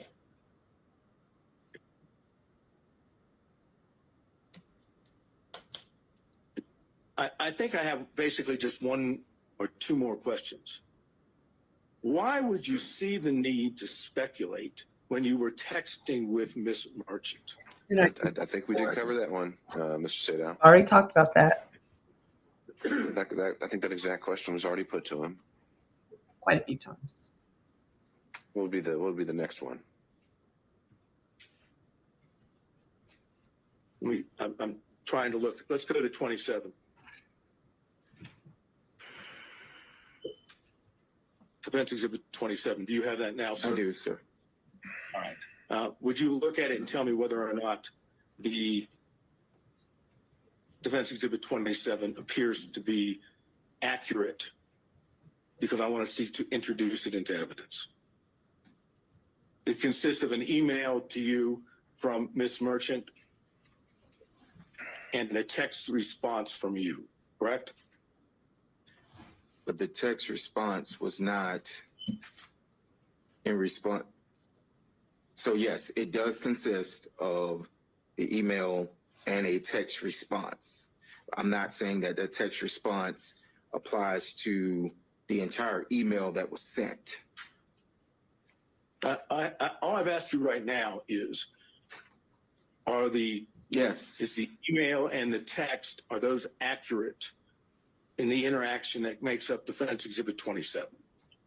As it applies to the stapling of the email and the stapling of a text message, chain, yes, that is Defendant's Exhibit 27. This is, it's accurate. Okay, I would move Defense Exhibit 27 in. I believe it was treated the same way as 26 last time. Same objections, Mr. Abadi? Yes, Judge. All right, overruled. Any other objections from defense counsel? Seeing none, Defense Exhibit 27 is admitted. All right. Anything else? Your Honor, I don't know. Yeah, I don't know whether you'll find this objectionable or not. I'll ask it, obviously. All right. Mr. Bradley, you realize that if you were to testify under oath, that you knew from Mr. Wade that the relationship between him and Miss Willis existed before the contract in November 1st of 2021, that if you testified that you knew that from Mr. Wade, that would show that both Miss Willis and Mr. Wade had lied under oath. You know that, don't you? I'm going to object. I think that's going to call for an opinion on the credibility of another testifying witness. So I don't think that would be an appropriate question. Then that's all I have, Your Honor. Thank you, Mr. Sato. Mr. Stockton. Just briefly, Judge. We'll see. Mr. Bradley, do I understand from your prior testimony that Ms. Merchant sent you a motion to review prior to her filing it? Objection. I'll some cumulative answers. Right. I'm going to give him just a little bit. All right, Mr. Stockton. Maybe this is going somewhere else. Did Mrs. Merchant send you a motion prior to January 8th of 2024 for you to review? That is correct. And did you in fact review that motion? That is correct. And did you indicate to Ms. Merchant that the contents of that motion seemed okay to you? Well, so you're referring to Exhibit 27, which, as I stated a few minutes ago, one is an email, one is a text chain. So in the text chain, when I never responded to the email, I never responded looks good or anything to the email that was sent to me. However, in the text chain, what you all are trying to merge together is the fact that I was asked about the contract, and that contract was $74,000, and me being added back to that.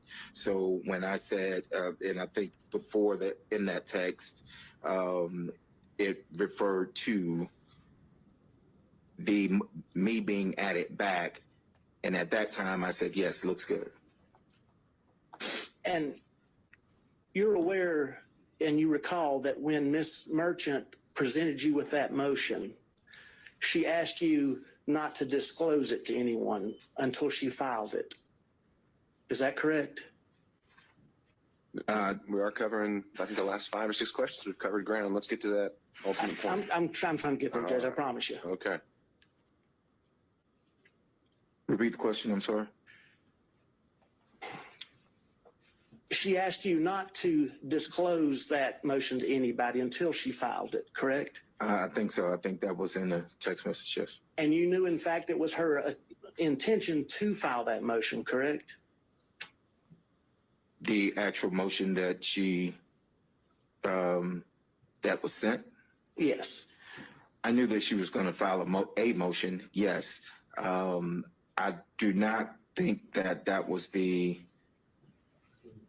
final draft, or it could have been that she was working on it, but yes, I knew that she was going to file some motion, yes.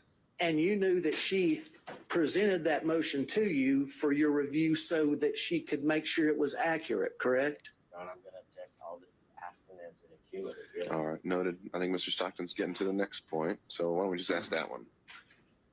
Is that correct? Did you? Why don't we combine that with the next question, so we're not having to lay bit by bit every single time. Mr. Bradley, you knew that Mrs. Merchant was relying on your review to ensure the accuracy of that motion prior to filing it, correct? Speculation as to what he knew that Miss Merchant knew. No, I'd overrule that. Mr. Bradley? No, so once again, I was excluded from the footnote of that motion and my review of it, and I said, hey, you need to add me back to the footnote because I did have a contract and I did receive $74,000.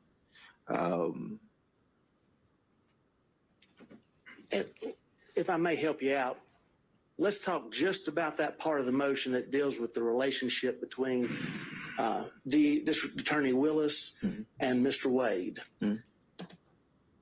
When you reviewed that, you knew that Ms. Merchant. No, I did not know that she was relying on me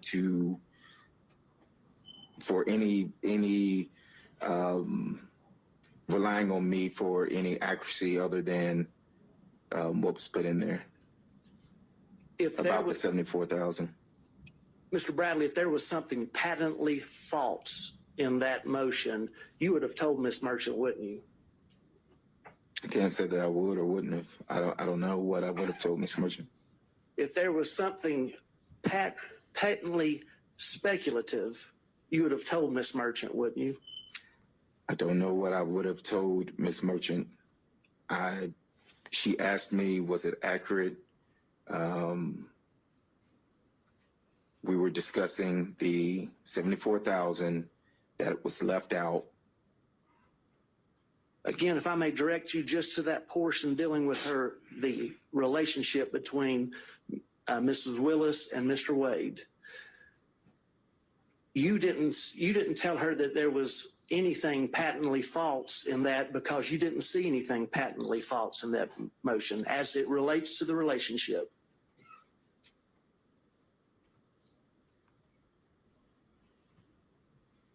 Repeat your question, I'm so sorry.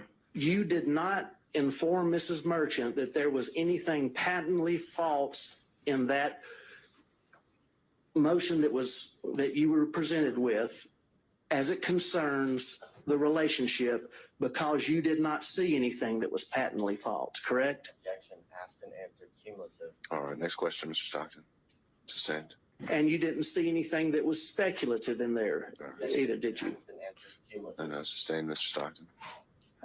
I just want to ask you one more question. I'm coming at from the other way that Mr. Sadow did. Did anybody from the district attorney's office or any witnesses in this case contact you about Ms. Merchant's motion from January the 8th of 2004 until today? Did anyone contact me about her motion? Yes, from the district attorney's office or any witnesses or anybody else involved with the case besides the defense. Other than the only personal call that I had was with Gabe Banks. I never spoke to anyone else, and to my knowledge, he's not a part of this, so. That's all I got, Judge. Thank you, Mr. Stockton. Mr. Durham, if you're still with us. No question, John. Thank you, sir. Mr. McDougall.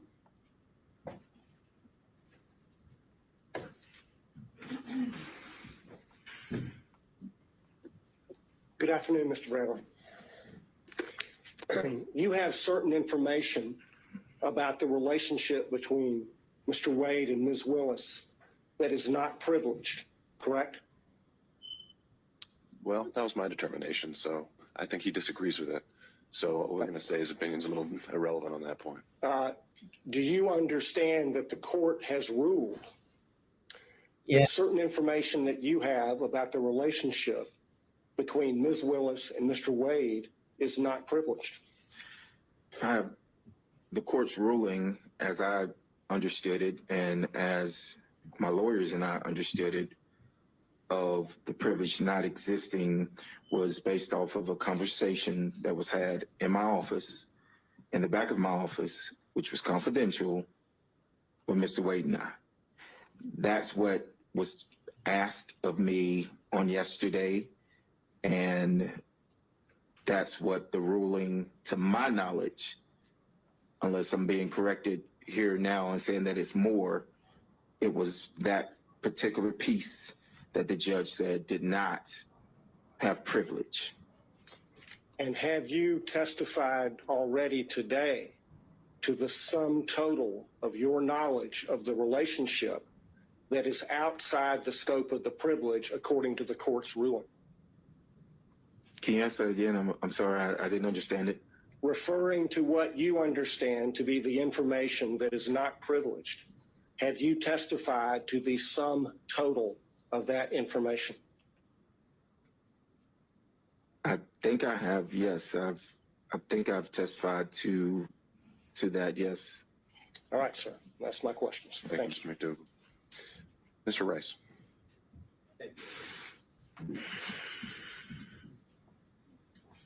Mr. Bradley, at least as of February 15th, when you first testified, you said you still considered yourself a. I think I said that, yes. I think I did, yes. And you've been friends with Mr. Wade for over 10 years, correct? That would have been fairly accurate, yes. And you recall communicating with Ms. Merchant about this case and about Mr. Wade and Ms. Willis's relationship, correct? I'm going to object as to asked and answered and cumulative by all three of the previous. Sure. We don't delay that foundation. Why don't we combine it with the next question where you've got a new point to make? Okay. Mr. Bradley, when you communicated with Ms. Merchant, did you tell her any lies about Mr. Wade and Ms. Willis's relationship?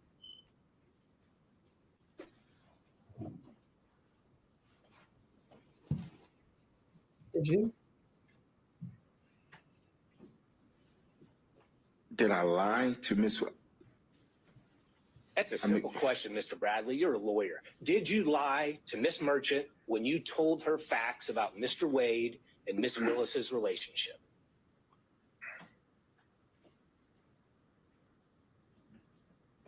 Not that I recall. I don't recall.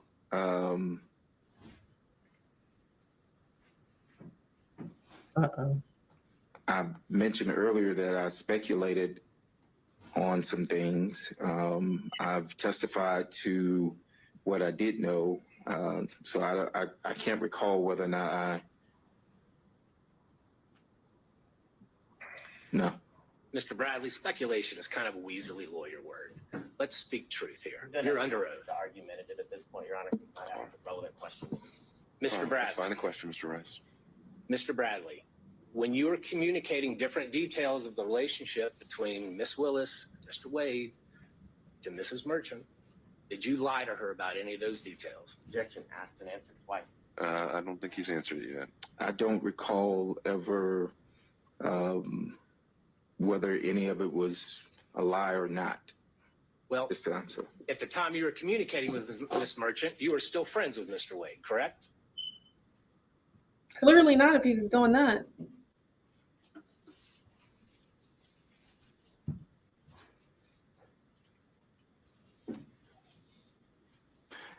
Yes. And at the time you were communicating with Miss Merchant, you knew that she was talking to you in her role and capacity as an attorney in this case, correct? Correct. And you knew that she was going to use that information to somehow benefit and file a motion, benefit her client, correct? I did not know that. Okay, so I did not. Oh, I'm sorry. So as an attorney yourself, you are testifying here under oath that you had no idea what Miss Merchant was going to do with all the details that you were giving her about Wade and Willis's relationship. So at the time, no, I did not. I knew that Miss Merchant was gathering information. That is correct. Okay. And did you lie to her when you told her that the relationship began before 2020? I don't think we need to drill into specifics. He's covered it at a high level. I don't think we're going to get much out of this. Mr. Bradley, isn't it true the only thing that has really changed? Well, you were speaking to Miss Merchant, whether by text or by telephone. You never said to her that I don't remember or that I'm speculating, correct? I don't recall. Well, you've looked through a whole lot of text messages. Do you remember ever seeing any communication from you that said, I don't remember?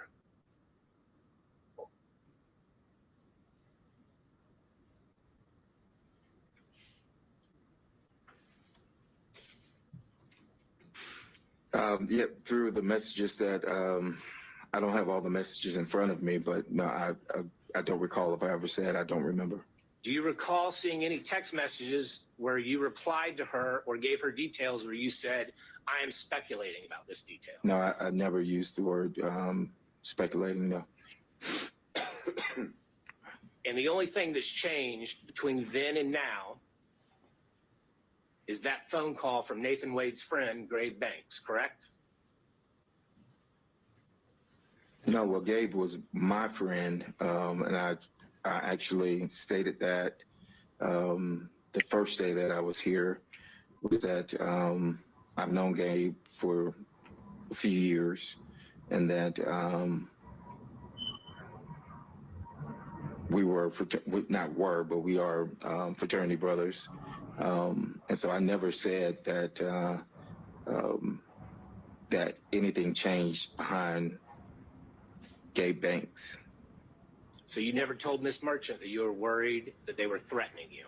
Objection, asked and answered, like he was asked this on February 16th and today.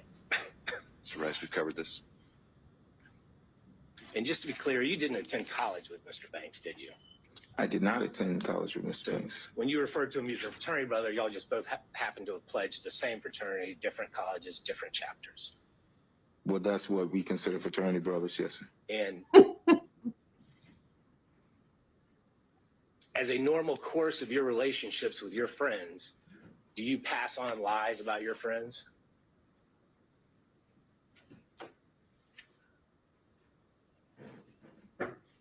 Have I passed on a lie about a friend? Is that what you're asking? Is that something you normally do, Mr. Bradley? Do you tell lies about your friends? Have I told lies about friends? I could have, I don't know. Do you tell lies about your friends about a case of national importance? Objection, as to Overruled. And so I could have, I don't know. Mr. Bradley, I notice you're not looking at me. I'm looking at you on the screen only because I was accused of, and I did the same thing to Mr. Sadow when he was on the What's screen. the next question, Mr. Rice? No further questions, Judge. I think it's clear. Thank you, sir. Mr. Gillum. did he just say I could have lied? Good afternoon, Better than person. Mr. Radley. A few questions.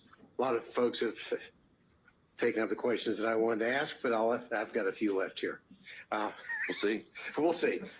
You said Mr. Radley, you said you didn't know what Ms. Merchant was going to be doing with the motion that she sent you. You remember that testimony a few minutes ago?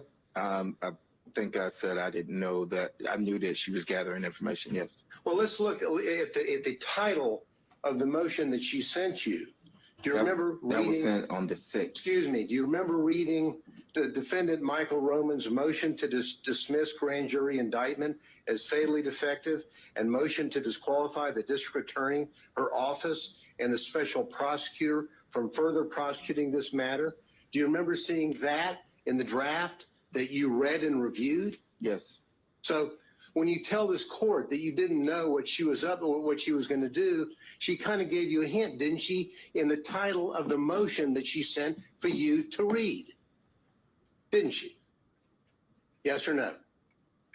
I read the title of what the motion was. There wasn't anything in the title that threw you off. Pretty straightforward speaking title, isn't it? Correct. So you knew that what she wanted was information from you so that she could then file a motion to dismiss the grand jury indictment, to motion to disqualify the district attorney and her office and the special prosecutor from further prosecuting the matter, right? I'm going to object to speculation. You knew that, didn't you? Overruled.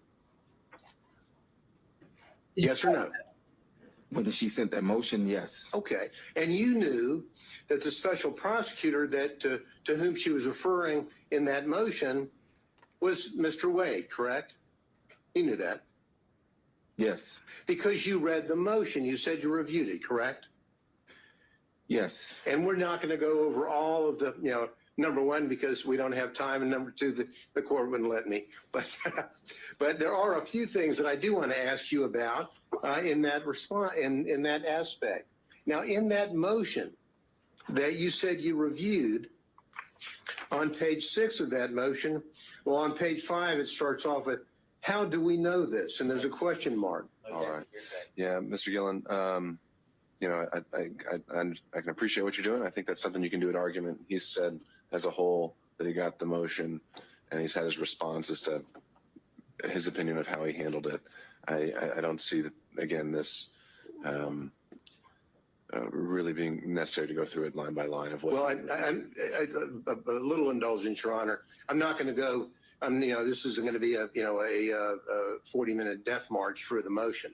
I would like to ask about a few bullet points that capture under this, and then I'll move on. But I would ask the court's indulgence in that respect. You know, again, I think we've covered it, and I think that you'll be able to argue that this was in that motion and that he had a chance to review it, and he never objected to anything in there or raised it. So that's a problem, and always ending up last. It very much is. And next time asked, I'll reshuffle the order. Well, you know, we did earlier with Mr. Wade, and then I hear you. That was kind enough, and then the court said we had to go. I'll need to draw straws next time. There we go.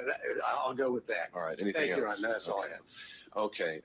We had Mr. Kucherov potentially still on Zoom. Yes, Your Honor, and I have just a few questions. All right. Could we add a spotlight to Mr. Kucherov? I'll let you know when we're able to proceed.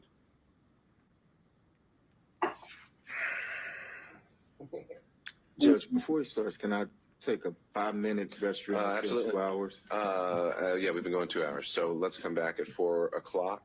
I'll also note for the record that we received notification from Mr. Cromwell on behalf of Ms. Latham, and he said he was waiving her presence.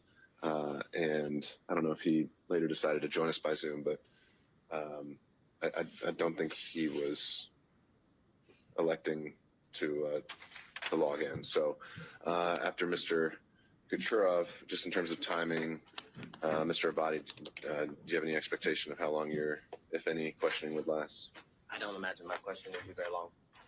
Okay, well, let's get back in at 4 o'clock. Mr. Bradley, you can just step out to the jury room.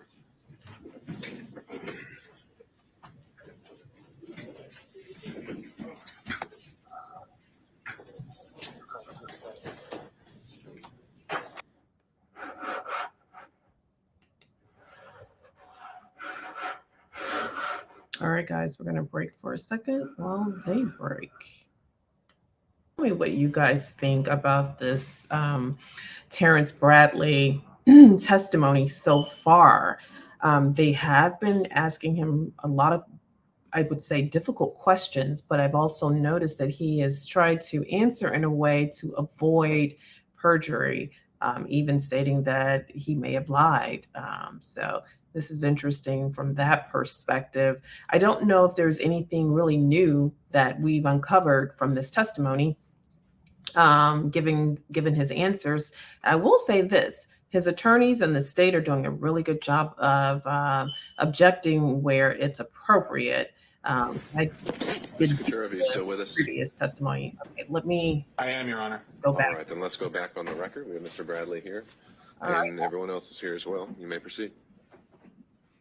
Mr. Bradley, did you use any documents to prepare for your testimony today? No, I did not.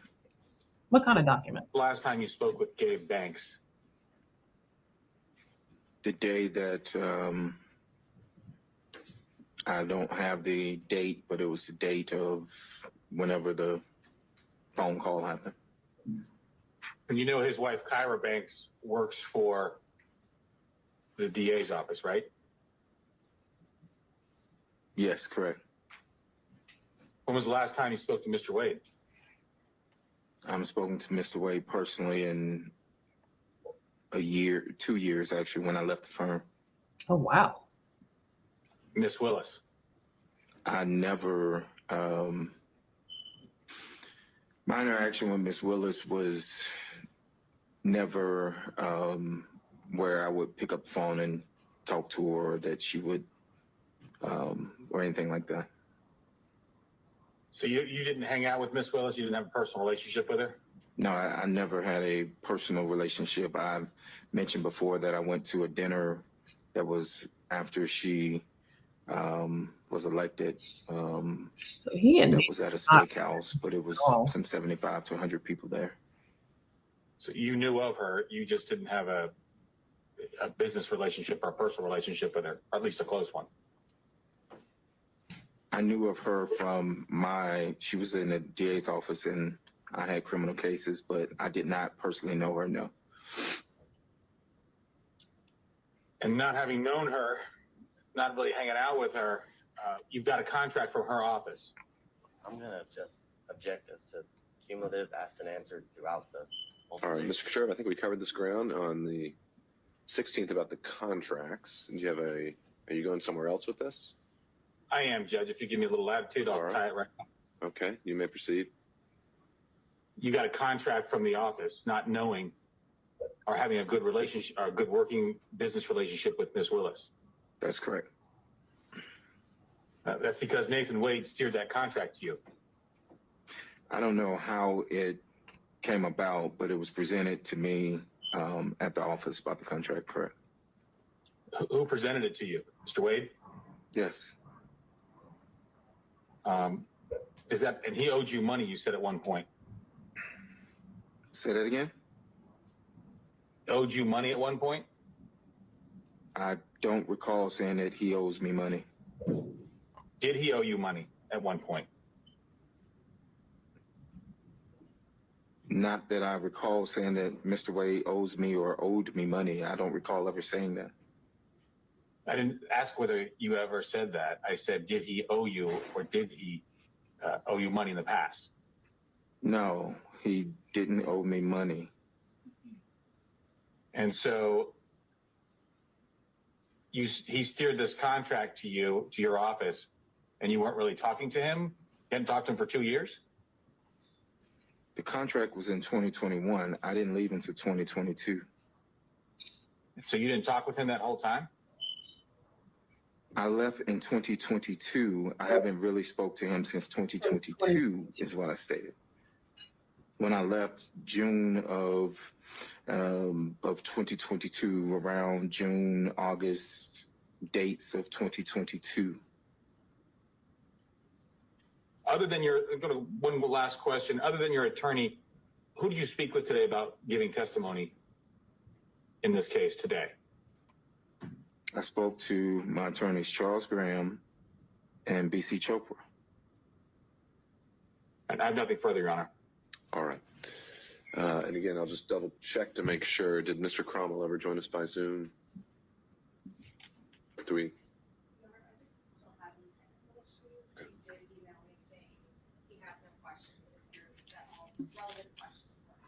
All right, thank you. So just for the record, Mr. Cromwell has been apparently watching the proceeding. He had waived his client's presence and didn't have any other questions as well. So turning it over to Mr. Abadi. And I have no questions. All right. Mr. Bradley, you can step down. Thank you, sir. Judge, you want these exhibits? I'll take this.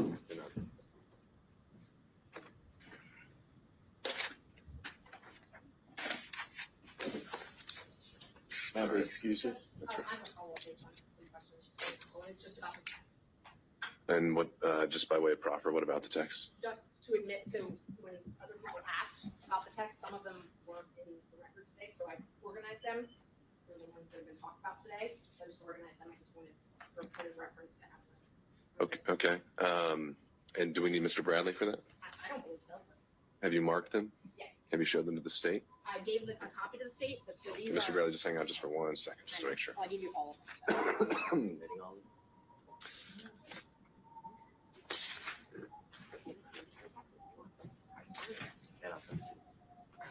And while he's looking at that, Mr. Bradley handed me Defense Exhibit 23, 24, 25. Judge, I didn't realize that they were in my folder. Oh, is that from the hearing? From on Friday? All right, well, thanks for returning those. Let me make sure.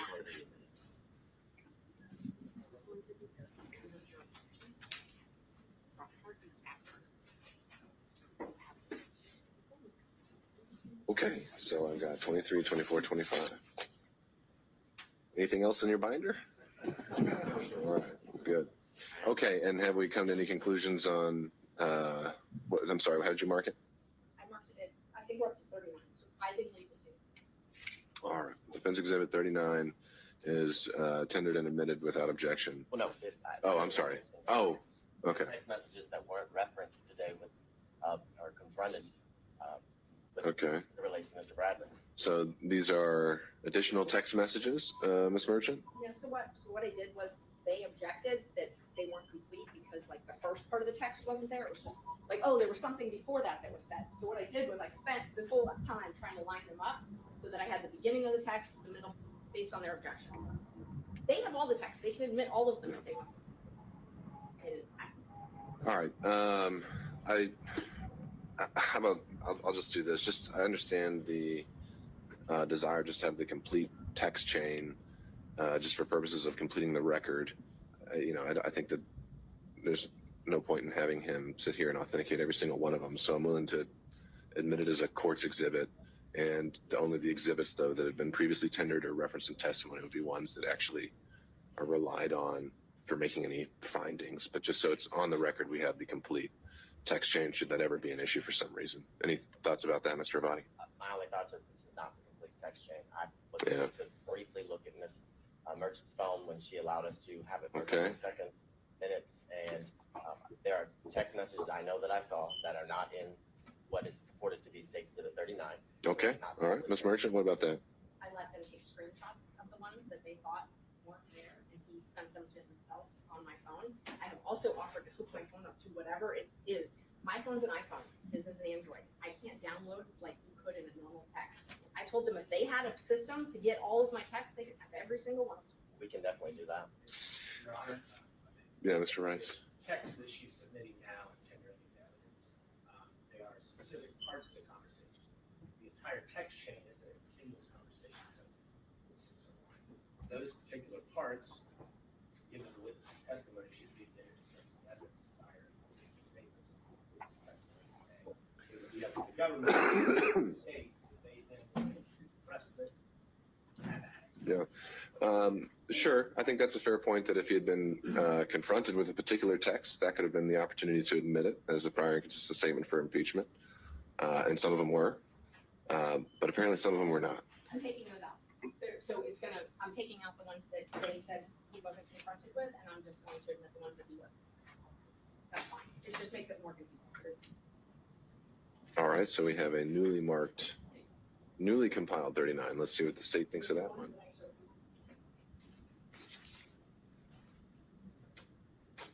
All right, regardless, if that's now what is being discussed, again, I don't see a need for Mr. Bradley to be here any longer, so I'm going to excuse him at this point. Thank you, Mr. Bradley. All right, guys. So that's the end of Terrence Bradley's testimony.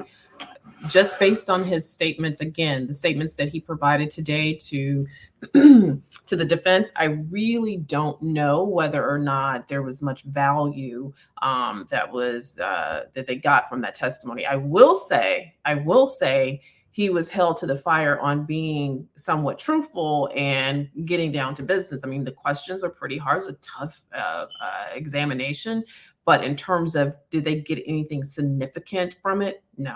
They didn't. Nothing that we hadn't heard on Thursday and Friday, but I am going to post this. You guys tell me what you think in the comments. How did you think Bradley responded to the questioning today? We'll take a look at it and we'll be kind of liking or commenting back on your comments. Let me know.